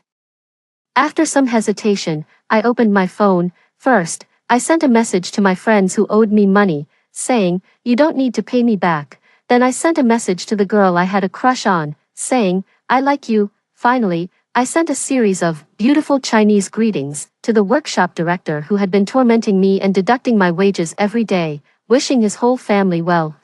I still wasn't satisfied. I'd punch him if I got the chance later. Just thinking about it made me feel good. There were no more regrets in my life. As for my parents, forget it. I don't want to worry them. I'll tell them if I can survive until tomorrow. I opened Trip and grabbed a flight ticket to Maine in the evening. Finally, I used all the money I had left to order various medical supplies through Uber Eats' errand running service. Feeling a bit agitated, I lit a cigarette. The biggest problem in front of me now was how to make more than 1,000 workers in the factory believe me. 3. The sudden ringing of my phone pulled me back to reality. I clicked to see that it was a video call from my dad. After answering the call, I widened my eyes in shock, and the cigarette in my hand fell to the ground. "Yo, my dear son, you're not busy right now. Your mom and I are looking at yaks." My parents on the screen were smiling happily, but the numbers above their heads were even 2 minutes less than mine. 5 hours, 23 minutes, and 47 seconds. I forced a smile and told my parents that I had something urgent and would call them back in 5 minutes. Bang, I punched the wall hard, filled with anger inside. I'm not willing to accept this. Why? Even Maine isn't safe. What the hell is going on? What on earth is going to happen? Is a comet going to hit the Earth? What a crazy joke. Wait, could it be a worst case scenario flashed through my mind? I tremblingly took out my phone and browsed through the live streaming rooms on various live streaming platforms. The longest lifespan I saw was less than a year.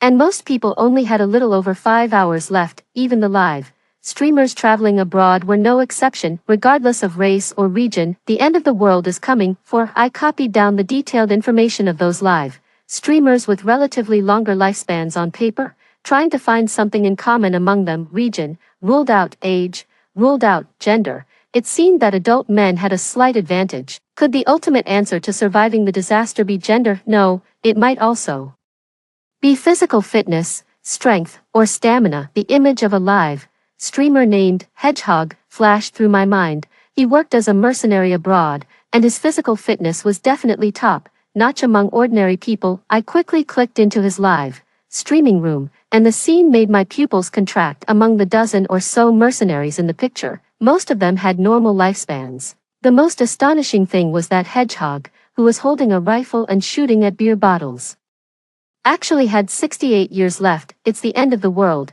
Why the hell does he get to live a long life? So what if he's holding an AK-47? I used to, I got it, weapons. It's about firepower and weapons. I carefully checked the locations of the other live streamers with longer lifespans. Sure enough, in most of the cities with heavy military deployments, there were more people with longer lifespans among the live streamers. 5. I suddenly stood up, gritting my teeth. Damn it, could it be a zombie apocalypse or an alien invasion of the Earth? But there are no troops near the factory. This must be the main reason why the workers don't have much lifespan left. After figuring this out, I quickly picked up my phone and called my parents, telling them to find the nearby troops immediately and stay there for at least 6 hours, or I'd kill myself. Phew, I let out a long breath, and a weight lifted off my heart. There were no more worries. But now I'm just an ordinary paper maker. Where can I get guns and ammunition? If there's really no other way, I'll have to make do with cold weapons for now.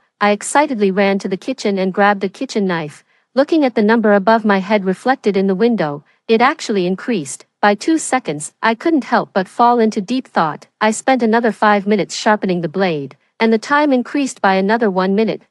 I lost 4 minutes on this. But in a chaotic world, one person's strength is too small to change anything.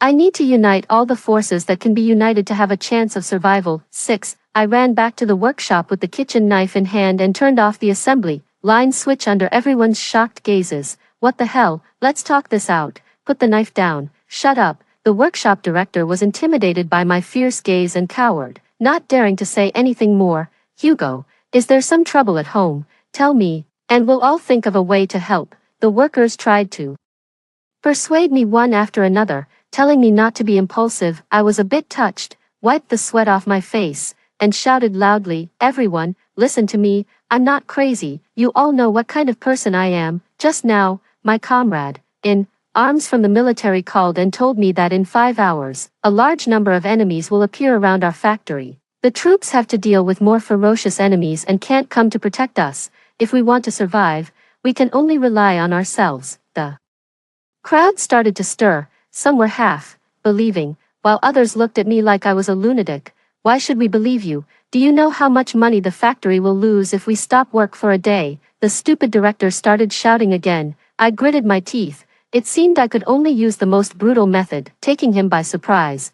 I lunged forward and put the knife to his neck. "Take me to see the factory manager. Or I'll kill you." Okay, don't be impulsive. My dad is the factory manager. "How much money do you want?" 10 minutes later, the factory's broadcast sounded, "Everyone, stop work immediately and gather in the square in front of the warehouse. Repeat, stop work immediately and come out to gather." The factory manager gently pushed the blade on his neck and swallowed hard. "Young man, are you satisfied now? You have a bright future ahead. Don't ruin it. Cut the crap. You'll follow my orders in the next 5 hours, or don't blame me if my hand slips." The factory manager patted his chest and said he'd listen to me. He even asked if he could break the legs of his useless son, the workshop director, and he'd pay extra. It was getting dark. Looking at the time above the director's head, there were only 4 hours left. I tied up the stupid director's hands and feet, threw him on the sofa, and locked the door. I seem to have forgotten to punch him. Bang, I punched the guy in the face, and his nosebleed almost splashed on me. "Don't hit him, you lunatic. I'll do everything you say. Don't hurt my son." The factory manager was frightened by my punch. Forget it, I didn't bother to explain. Guys like the director, who bullied the weak, got several female workers pregnant, and liked to pick on honest people, were lucky to have survived until now without being beaten to death. Turn on the broadcast. Repeat after me, or else. Okay, you say it. After the factory manager announced that there was a special emergency drill going on, and that no one's salary would be deducted today, and everyone would get an 8-fold wage subsidy, the whole factory erupted in excitement. People over 60, women, and children, "Step out. You all move all the drinking water and food into the underground warehouse. Each of you will get 100 yuan." Looking around, only a large number of young and middle-aged men were left in the square. I roughly divided the people into 4 groups, with more than 100 people in each group. "Tom, Laurel, Hunter, Ian, from now on, you're the company commanders of the 1st to 4th companies." There was a burst of laughter downstairs. "Ahem, be serious. This is a drill, everyone, take it seriously." The workers said they'd definitely follow the orders and abide by the rules. Anyway, they could earn money, so they'd surely satisfy the factory manager, the finance department, buy all the food, water, alcohol, and paint thinner you can find nearby. If there's not enough money, buy on credit. The factory will reimburse you. The 1st company is responsible for shaving all the bamboo in warehouse 1 into bamboo poles. The number should be more than 1000. The 2nd company, cut all the paper, rolling knives into 1-meter long pieces, use a grinding machine to create double edges, and stuff the tails into one end of the bamboo poles. Tie them firmly with cloth strips. The 3rd company, pour out all the beer in the bought glass bottles, fill them half-way with paint thinner or high-proof liquor, stuff the bottle mouths with cloth balls, and leave a 20-centimeter long cloth strip outside. The 4th company, buy 2,000 urea bags, fill them with the sand pile at the factory gate, and pile them in front of the underground warehouse door to form 3 1-meter high, 2-meter wide, and 10-meter long low walls. Whichever company finishes first will get an extra 3 days' wages. Watching the crowd disperse, I couldn't help but sigh. Money can't solve all problems, but the power of money is really useful. Time passed minute by minute. The factory was brightly lit, and the workers were working with great enthusiasm. I looked up at the director. He still had 3 hours and 15 minutes of lifespan left. Dee woo. Suddenly, a sharp police siren sounded downstairs. Damn it, I wonder which bastard called the police. 9 times out of 10, it was those lackeys of the director. Looking down, there were 3 police cars. The lifespans of a small number of workers actually increased. More than a dozen people's lifespans increased from 6 Hours to more than 10 days, and several even increased to several years. The workers looked at the police cars in confusion, and most of them stopped what they were doing. People in the factory manager's room on the third floor. What are your conditions? Let's talk it out. Don't hurt the civilians. You also have parents and relatives. The police team started shouting. I originally wanted to stall them, but the workers stopped working. I was as anxious as an ant on a hot pan to prevent the police from shooting me. I motioned for the factory manager to stand by the window to block their view. I won't harm the hostage within 3 hours. Don't push me either. I have 2 conditions. Workers can't stop working and must do as I say, and there are too few of you here. You have 3 hours to bring all the people and equipment from your station, or I'll kill the hostage. The police officers were probably encountering this situation for the first time. There was actually a criminal who thought there were too few police. The atmosphere became a bit strange for a moment. We promise to meet your requirements. Don't be impulsive. We'll cooperate with you, and please cooperate with us too. 9 An hour later, 3 more police cars rushed to the downstairs with their sirens blaring. I could see that the lifespans of most of the police officers who entered the factory were decreasing rapidly. In stark contrast, the lifespans of more than 100 workers increased from 5 or 6 hours to several months, or even several years. I felt very complicated inside. I was the one who called them here to die. Those police officers could have lived longer. I'm sorry to their families. The Buddhist saying suddenly came to my mind. All the sins and retributions shall be borne by me. If I'm lucky enough to survive, I'm willing to accept any judgment. The police started shouting at me again, but I ignored them. I just forced the factory manager to shout, help, every 100 minutes. 10 Time slipped by in silence, and the workers were still working as each company completed their tasks one after another. I suddenly found that my lifespan had actually extended to 1 month. The factory manager's was even more astonishing, directly extending to 5 years. When the disaster comes, so many people in the factory can't die at the same time, so I had to use the few people with the shortest lifespans as the basis for judgment. The director, that unlucky guy, only had 10 minutes of lifespan left. I knew I couldn't wait any longer. Tell everyone to take the bamboo spears they made and hide in the underground warehouse. Take the Molotov cocktails too. The first company, stand behind the sandbag fortresses. Hurry up, or I'll kill the hostage. Okay, don't be impulsive. Are you hungry? We've prepared food for you and the hostage. Can you eat something first and then we can talk? Alas, although I was really hungry. Have you ever seen a criminal daring to eat the food given by the police with a hostage? I really didn't believe there was nothing wrong with it. You guys have worked hard. You eat. I'm not hungry. There was no response from below. They were probably confused by my, you guys have worked hard. The atmosphere became strange and awkward again. 11 Under the lights, the crowd started bustling towards the warehouse. The moment they picked up their weapons and entered the warehouse, I saw the scarlet numbers above their heads jumping,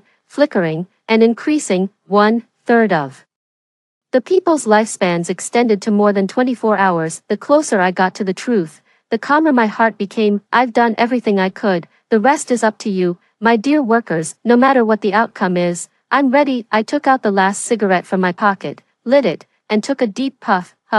Why is there so much smoke in the room? Is this cigarette that strong? Fuck, smoke bombs and tear gas bombs. Damn it. You guys are not playing fair. Police officers, you're actually launching a sneak attack. The 3 of us in the room were choked so much that we couldn't open our eyes, and our noses and eyes were running. Bang, the door was broken open, and more than a dozen police officers wearing gas masks and armed with real guns rushed in. I was pinned to the ground like a dead fish, unable to move. I never thought I'd experience being handcuffed in my lifetime. I smiled self-deprecatingly. Forget it, I'm tired. Let it all end. 3 minutes later, I was sitting in the police car with handcuffs on. 3 capable-looking police officers in the car were looking at me unfriendly. The air began to ripple, and groups of rats scurried around the square. My whole body's hair stood on end, and my heart rate accelerated. They're coming. What? Who's coming? The young police officer sitting on my right looked completely confused. They're coming. That sense of unease grew stronger and stronger. Goosebumps formed all over my body, and my legs trembled like a sieve. Involuntarily, I started shaking. It was as if a voice exploded in my mind. Danger, leave. Suddenly, I seemed to realize something. I looked up. In the ink-stained night sky, The moon took on a strange red tint. Everyone couldn't help but look up at the sky. I squinted my eyes and stared fixedly at the moon. The scarlet moonlight quickly spread across the night sky, like a mesmerizing blood-colored wedding veil unfurling over the world. The air undulated visibly, and the intense distortion made me feel like vomiting. Beside the red moon, a scene gradually became clear, too. Clusters of densely packed small black dots intertwined, covering the sky like a swarm of locusts, tangling with each other.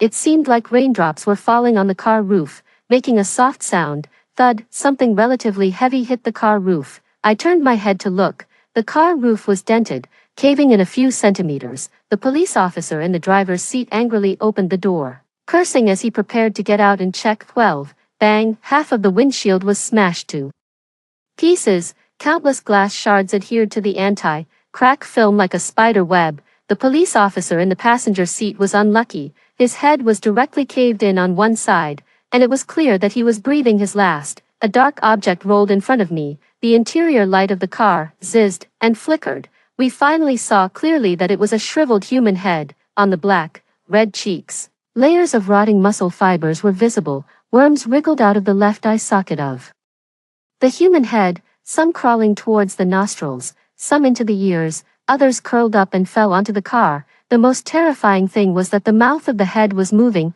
Poochie, a worm was bitten and burst by the yellowed and rotten teeth, and white liquid splashed all over me.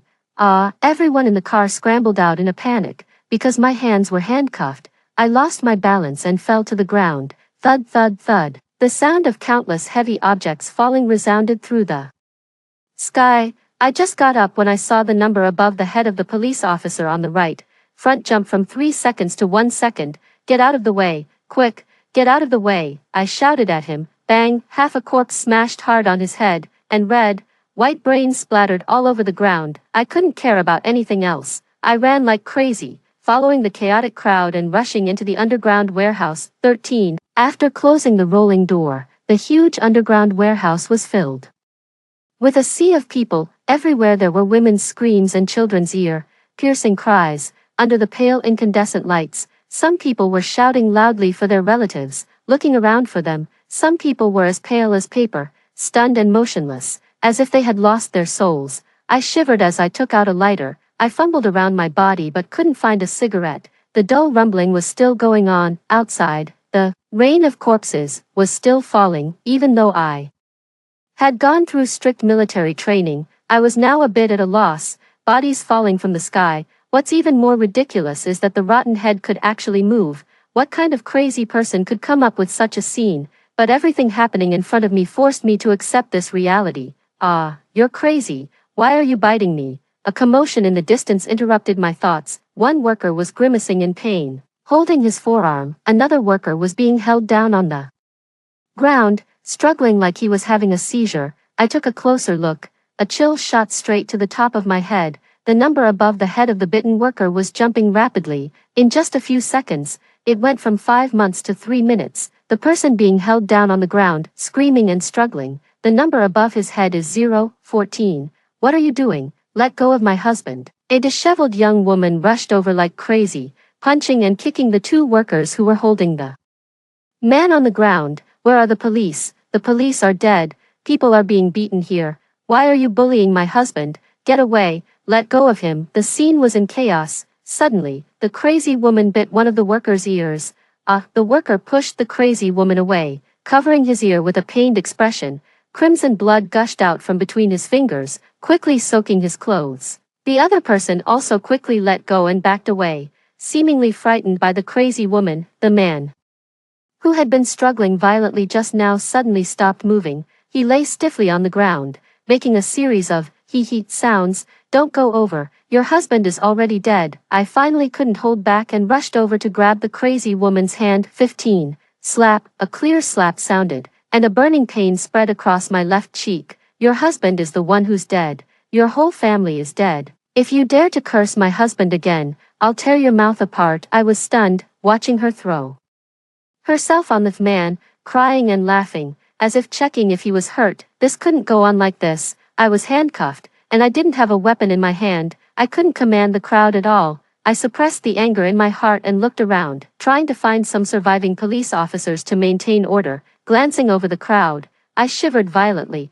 feeling as if I had fallen into an ice cellar. At least dozens of workers had less than 3 minutes left on their heads, the same as the bidden worker. Remembering the moving human head in the car, I was struck like by lightning. So, what had fallen just now wasn't a rain of corpses, but a rain of zombies, and dozens of people with only 3 minutes of lifespan left had all been infected. 16. At some point, the impact sound from the ground disappeared. In 3 minutes, if I did nothing, everyone in the warehouse would have only two fates: being eaten, or eating others, and those dozens of infected people still looked normal for now. But to save everyone's lives, I could only choose to kill them. My left cheek, which had been slapped, was still. I couldn't imagine how I would face the crazy and enraged crowd if I killed those dozens of normal people. Looking around, the crazy woman was still holding her husband obsessively. A young mother was secretly hiding aside, breastfeeding her crying baby. A little boy, only 5 or 6 years old, seemed to have cried himself out. He was curled up in the corner, hugging his knees. The number above his head was also less than 3 minutes. I tore at my hair, falling into endless pain and despair. Fuck, if there really is an afterlife, I'll never be a hero again. Thinking of the guns on those police officers, I gritted my teeth and crawled out from under the rolling door. 17. The rain of corpses was almost over. Looking around, there were broken limbs and everywhere. Dark, colored bloodstains covered the ground and walls. The fences around the factory were surprisingly sturdy, just like the skewers I used to love to eat, with one or half a corpse stuck on the sharp tips. Thinking of this, I suddenly felt a bit nauseous. If I could survive this time, I probably wouldn't eat kebabs for the rest of my life. Faint, sounds were coming from all around, making me a bit annoyed. I took a deep breath, turned on the high beam flashlight, and ran towards the police car I had been in before. I couldn't care about anything else. When I reached the car, the roof was deformed by a corpse. I used all my strength but couldn't pull the door open. Suddenly, there were some footsteps and noises nearby. I frowned and turned around. A stench hit my face. A half-collapsed zombie head appeared in front of me. It opened its mouth, and the half-exposed fleshy gums made a click-click sound as it tried to bite. I was so startled that all the hair on my body stood up. I kicked the zombie in front of me and, somehow, with a great burst of strength, managed to pull the door open. I scrambled into the passenger seat, plopping down on the police officer's corpse, and quickly locked the door. The recovery ability of the zombies was beyond my expectation. Just a few minutes ago, they were lying half dead on the ground, but now they could actually run out and bite people. My heart sank. The probability of our survival was getting smaller and smaller. I fumbled around in the police officer's pocket for a long time and finally found the handcuff key.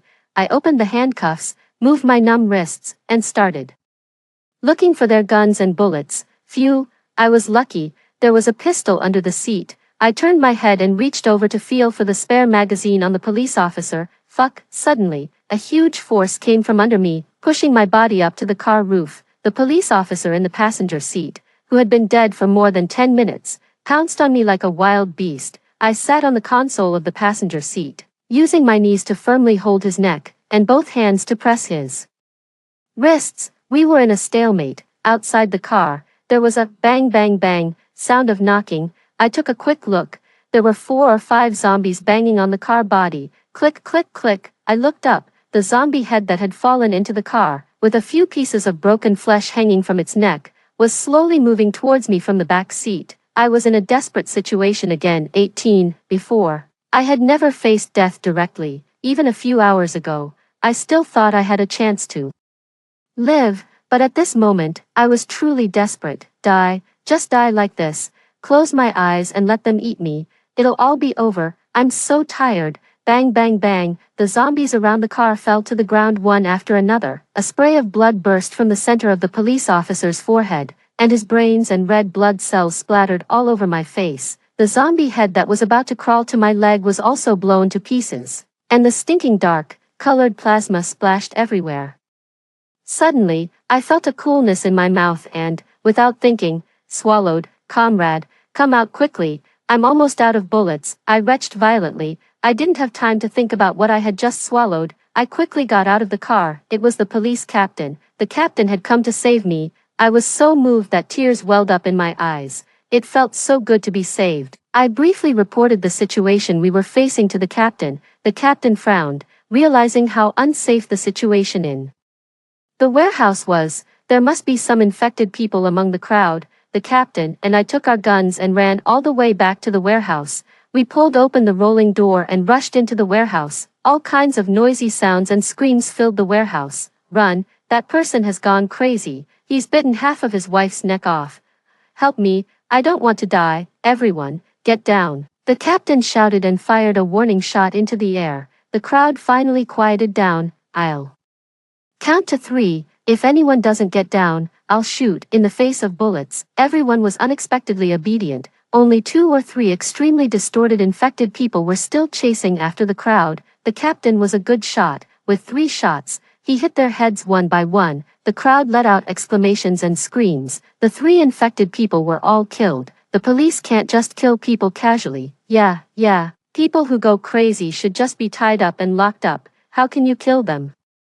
Just because you're the police doesn't mean you can do whatever you want. My brother was just sick, and you killed him. I'll sue you in court. The crowd started arguing again. Listening to these voices, the veins on my forehead bulged. No wonder in end of the world novels, the male lead always likes to kill the saints first. These people are really unreasonable. There's no point in saving them. Listen up. The corpses that fell from the sky aren't ordinary corpses. They're zombies. They can bite and eat people. If you don't believe me, look at the people I killed. 19. The people who had clearly been killed with their heads blown off still had their limbs twitching. The red muscles on their severed necks were still moving, and their mouths were constantly opening and closing. Captain, there are still many infected people in the crowd. I have a way to find them, or the consequences will be disastrous. Please believe me. I looked at the captain seriously, my tone solemn. The captain looked at me somewhat doubtfully but still called a few police officers to help me find the infected people. I scanned the huge crowd. There were at least 2 or 3 dozen people whose lifespans were decreasing rapidly. The situation was too chaotic. If I didn't take extreme measures, it would be too late. I grabbed out the few people whose numbers were almost reaching 0 according to the size of the lifespan numbers. Some of them looked ashen-faced, some struggled desperately and cursed. I remained expressionless and unmoved. In less than 3 minutes, as their lifespans gradually reached 0, the captain and I quickly killed these people. The crowd fell silent. There are still a few infected people who haven't come forward. The number of bullets is limited. If you live, you'll only kill many innocent people. I'm sorry, but you have to leave the warehouse. As I pointed them out, more than a dozen people were gradually pushed out of the crowd. There were old people, middle-aged people, and an 8 or 9-year-old girl. The people around looked at them with eyes full of hatred, cold and disgusted. Dad, Mom, don't you want me anymore? The little girl, with only 5 minutes left on her head, was holding a dirty teddy bear. Standing among the infected people, she was like a trapped young animal, looking at us blankly and helplessly. Her mother knelt on the ground, crying. She seemed reluctant and wanted to go over and hug the little girl, but was held back tightly by the girl's father. Sigh, tie them all up first. If there's any situation later, we'll deal with it. The captain couldn't bear it. When it came to children, the bottom line of humanity had to be lowered again and again. 20. As these people were controlled, the numbers above the heads of the crowd finally started to increase, gradually returning to about 1 month. Unfortunately, that night, I developed a high fever, lying on the cold floor. I felt like there were 100,000 ants gnawing at my nerves. My whole body was as hot as red-hot iron. I fell asleep vaguely last night. When I woke up, I was extremely thirsty. I casually picked up a large bucket of purified water and actually drank half of it in one go. Since when did I have so much strength? This was a large bucket of water, but I picked it up so easily. It seemed I didn't even use much force. I was lost in thought. I stretched my limbs and jumped hard. I actually jumped more than 3 meters high, almost hitting the ceiling. A little boy beside me stared at me blankly, as if he had seen a superhero. I was shocked, and so were the people around me. The captain heard the news and came over to ask me what was going on. After carefully reviewing what had happened yesterday, I told him my guess. There must be something in the zombie head that was blown off in the car. what I had accidentally swallowed in the car should explain my current physical condition. To verify my guess, the captain and I, along with a capable police officer, decided to go out and catch a few zombies to see what was in their heads. We took 2 machetes and slipped out of the warehouse. The newly acquired strength gave me an indescribable sense of comfort. With a random swing of the knife, I could cut a zombie in half, as if I were cutting tofu. After taking down more than a dozen zombies in a row, we finally found a jet black crystal in one of the zombie heads back in the warehouse. The captain hesitated for a long time, then pinched his nose and swallowed the black crystal. Sure enough, he also started to have a fever. Early the next morning, the captain happily came to me to show me the changes in his body. He stretched his hands forward. As he gradually exerted force, his hands actually turned into 2 cold, light, emitting blades. The onlookers looked at him with envy, but I couldn't be happy at all. 21, in my sight, the captain's lifespan, which was 1 month yesterday, was now only half of that. I looked at myself in the mirror with a bitter face, looking at the countdown on my forehead, 13 days, 23 hours. My chest felt tight. I told the captain that this thing could mutate the body, but it seemed to consume lifespan. Our remaining lives were only 2 weeks. The captain, who had been as happy as a child just now, fell silent. He lit a cigarette and gave me one. Just as I lit it and hadn't exhaled the first puff of smoke, "I'll strangle you, you bastard. Why didn't you say this before I ate it?" I was strangled by the captain until my eyes rolled back. The people around quickly pulled us apart. "What are you yelling about? You ate it yourself. No one forced you. I only found out today myself," the captain sighed, and we both sat together with gloomy faces, smoking. There were still more than 300 people in the warehouse, and food and water were always big problems. If we didn't figure out a way, when the supplies ran out, death would be the only thing waiting for everyone. After the incident in the car, my fear of death wasn't as strong anymore. What I was most worried about was my parents. I was afraid that if I died and they didn't, the living would be the ones to suffer the most. "Captain, Hugo, come over here and take a look." The urgent voice of a police officer pulled me out of my thoughts. The captain and I got up and ran towards him. We ran to the ventilation opening on the top of the warehouse, which was about at the 2nd floor level from the ground. Outside, there were zombies walking, jumping, and running everywhere. Some zombies, who were missing arms or legs, grew back the missing limbs after devouring human corpses. Some abnormally large and strange shaped zombies were even preying on other zombies, and then their bodies grew rapidly. We gasped in horror. These damned creatures could even recover and evolve. Back on the 1st floor, we quickly gathered several leading workers and explained the severity of the situation. One worker said that the nearest supply point to our factory was about 20 kilometers away, and there was a government stocked granary there. If we could move there, food and water would no longer be a problem. After a vote, everyone decided to set off in a week. The most difficult thing now was how to safely move these people to the granary. 22. The zombies were evolving. If we didn't take action, the warehouse would surely be breached eventually, and we'd all be eaten. In times of crisis, the glory of human nature could shine like the sun, without any ideological mobilization. More than 30 workers came to me voluntarily, asking to take the black crystals. Their reason was simple: if the captain and I could be like candles, burning ourselves to light up the way for the crowd, then they could too. Which man didn't dream of being a hero when he was young? The captain and I were touched and took on the task of hunting for black crystals. We took turns leading the team. When we almost cleared all the zombies in the factory, we finally obtained enough black crystals. Unfortunately, during the process, 5 young men were infected, and we had to kill them with heavy hearts. Strangely, after the 30 people took the black crystals, they were all like me. Their strength increased, but their lifespan shortened, and none of them had special abilities like the captain. The night before the departure, we equipped everyone with weapons. Some people held bamboo spears, and some held Molotov cocktails. We brought enough dry rations. If everything went smoothly, the 20-plus kilometer journey would only take half a day.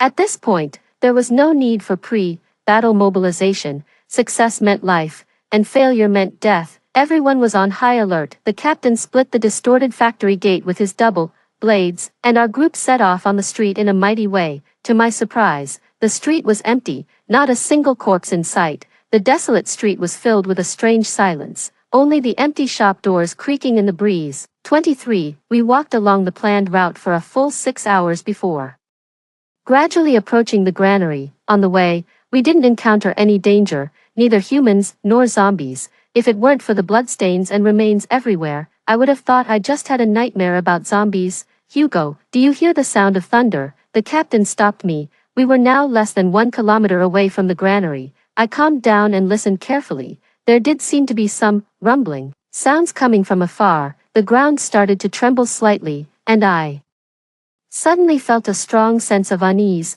Goosebumps covered my body. I stared intently at the tall building in the distance. Behind the building was the granary base. Boom, a deafening explosion rang out beside us. The hard asphalt cement road was filled with dust as countless small stones and rocks shot out in all directions like rain. I didn't know how many people lost their lives in an instant. I was thrown up by the shockwave and slammed hard against the wall. A sharp pain shot through my chest. I felt like several of my ribs were broken. Before I could deal with my injuries, the dust cleared, and a huge monster came into view.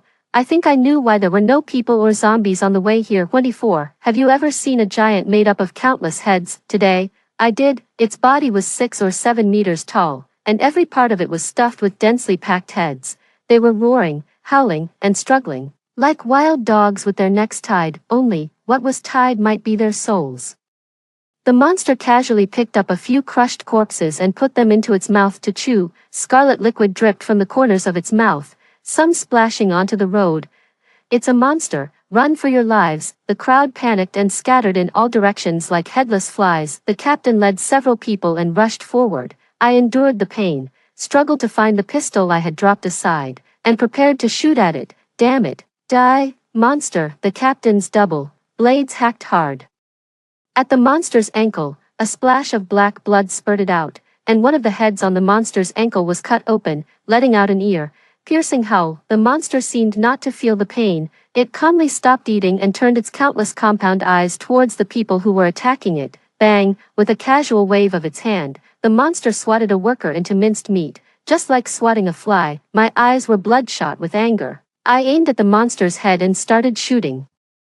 Continuously, the bullets hit the monster, making dull thuds. Sadly, it didn't even turn its head to look at me. Our attacks were like tickling it. It walked around casually, continuing to grab people and stuff them into its mouth to chew. The captain looked at me in despair, slumped to the ground, his lips trembling. If the monster's appetite was big enough, none of us would be able to escape today. 25. Actually, I hate being a hero, but I hate seeing this hell-like world even more. People are as insignificant as feathers, and lives are as fragile as wild grass. Even if I'm just an ordinary and humble wild grass, I've had enough. I don't want to kneel and submit to this damned fate anymore. I took out the more than 10 remaining black crystals from the last hunt. With the blood at the corner of my mouth, I swallowed them one by one like eating broad beans. With each one I ate, I felt like a fire was ignited in my stomach. The fire ignited my blood, muscles, and even my hair. My heart seemed to be about to jump out of my mouth. The tearing pain came in waves, as if countless wild beasts were biting and gnawing at my soul and my mind. I turned my head to look at the glass on the wall. The lifespan above my head was dropping rapidly like a faucet that had been turned on. I only had 15 minutes of lifespan left. I picked up 2 machetes, leaped up, and pounced towards the giant monster. Gucci. I split a string of heads on the monster's body with one blow. The monster let out an ear-splitting howl. So you fucking know it hurts. Do you know how much pain I'm in right now? I chopped off half of the monster's palm with one strike, then I was kicked in the back by it and flew dozens of meters away. Cough. I coughed up a large mouthful of bright red blood, which dripped onto the ground and steamed up. It seemed that the black crystals not only enhanced my physical strength but also my body's toughness. But this way of fighting wouldn't work. My knives were too short to cause fatal damage to the monster. Just as I was about to get up and continue the fight, a hand tightly grabbed my wrist.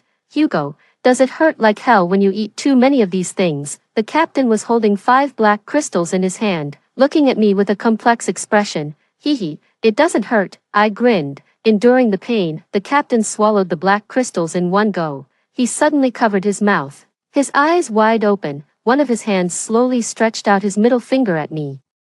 Damn it, cough. Fuck, you're really not a good guy. Hugo, drop the knife in your hand. And let's go together and kill this bastard." The captain stood up straight, spreading his hands. His body began to crystallize at a visible speed, his waist and abdomen on both sides turned into blades, and his neck became a sword hilt at that moment. The captain was shining brightly in the sun. I seemed to see Jesus. I watched as the captain's lifespan number quickly reached 0. I didn't know how he managed it. "Give me a few minutes, brother, I'll come to you after I finish this." I muttered a few words, picked up the huge blade, and soared into the air. "Die, you monster." 26. It was the rainy season during the Ghost Festival, in the center of the Martyrs' Cemetery. "Mom, why are we giving 2 bouquets of flowers to this uncle?" The little boy looked at the middle-aged woman beside him in confusion. "Silly child. Do you see the big sword on the tomb? There are 2 people in this tomb. That sword also represents a very great uncle." "Ah, can a sword turn into a person? It sounds really amazing." The raindrops drifted by, and the people left, leaving the place empty. Suddenly, there was a slight cracking sound on the huge sword. Crash! After a flash of lightning, a thunderclap roared. The soil on the top of the tomb seemed to be moving. A pale hand stretched out from the top of the tomb.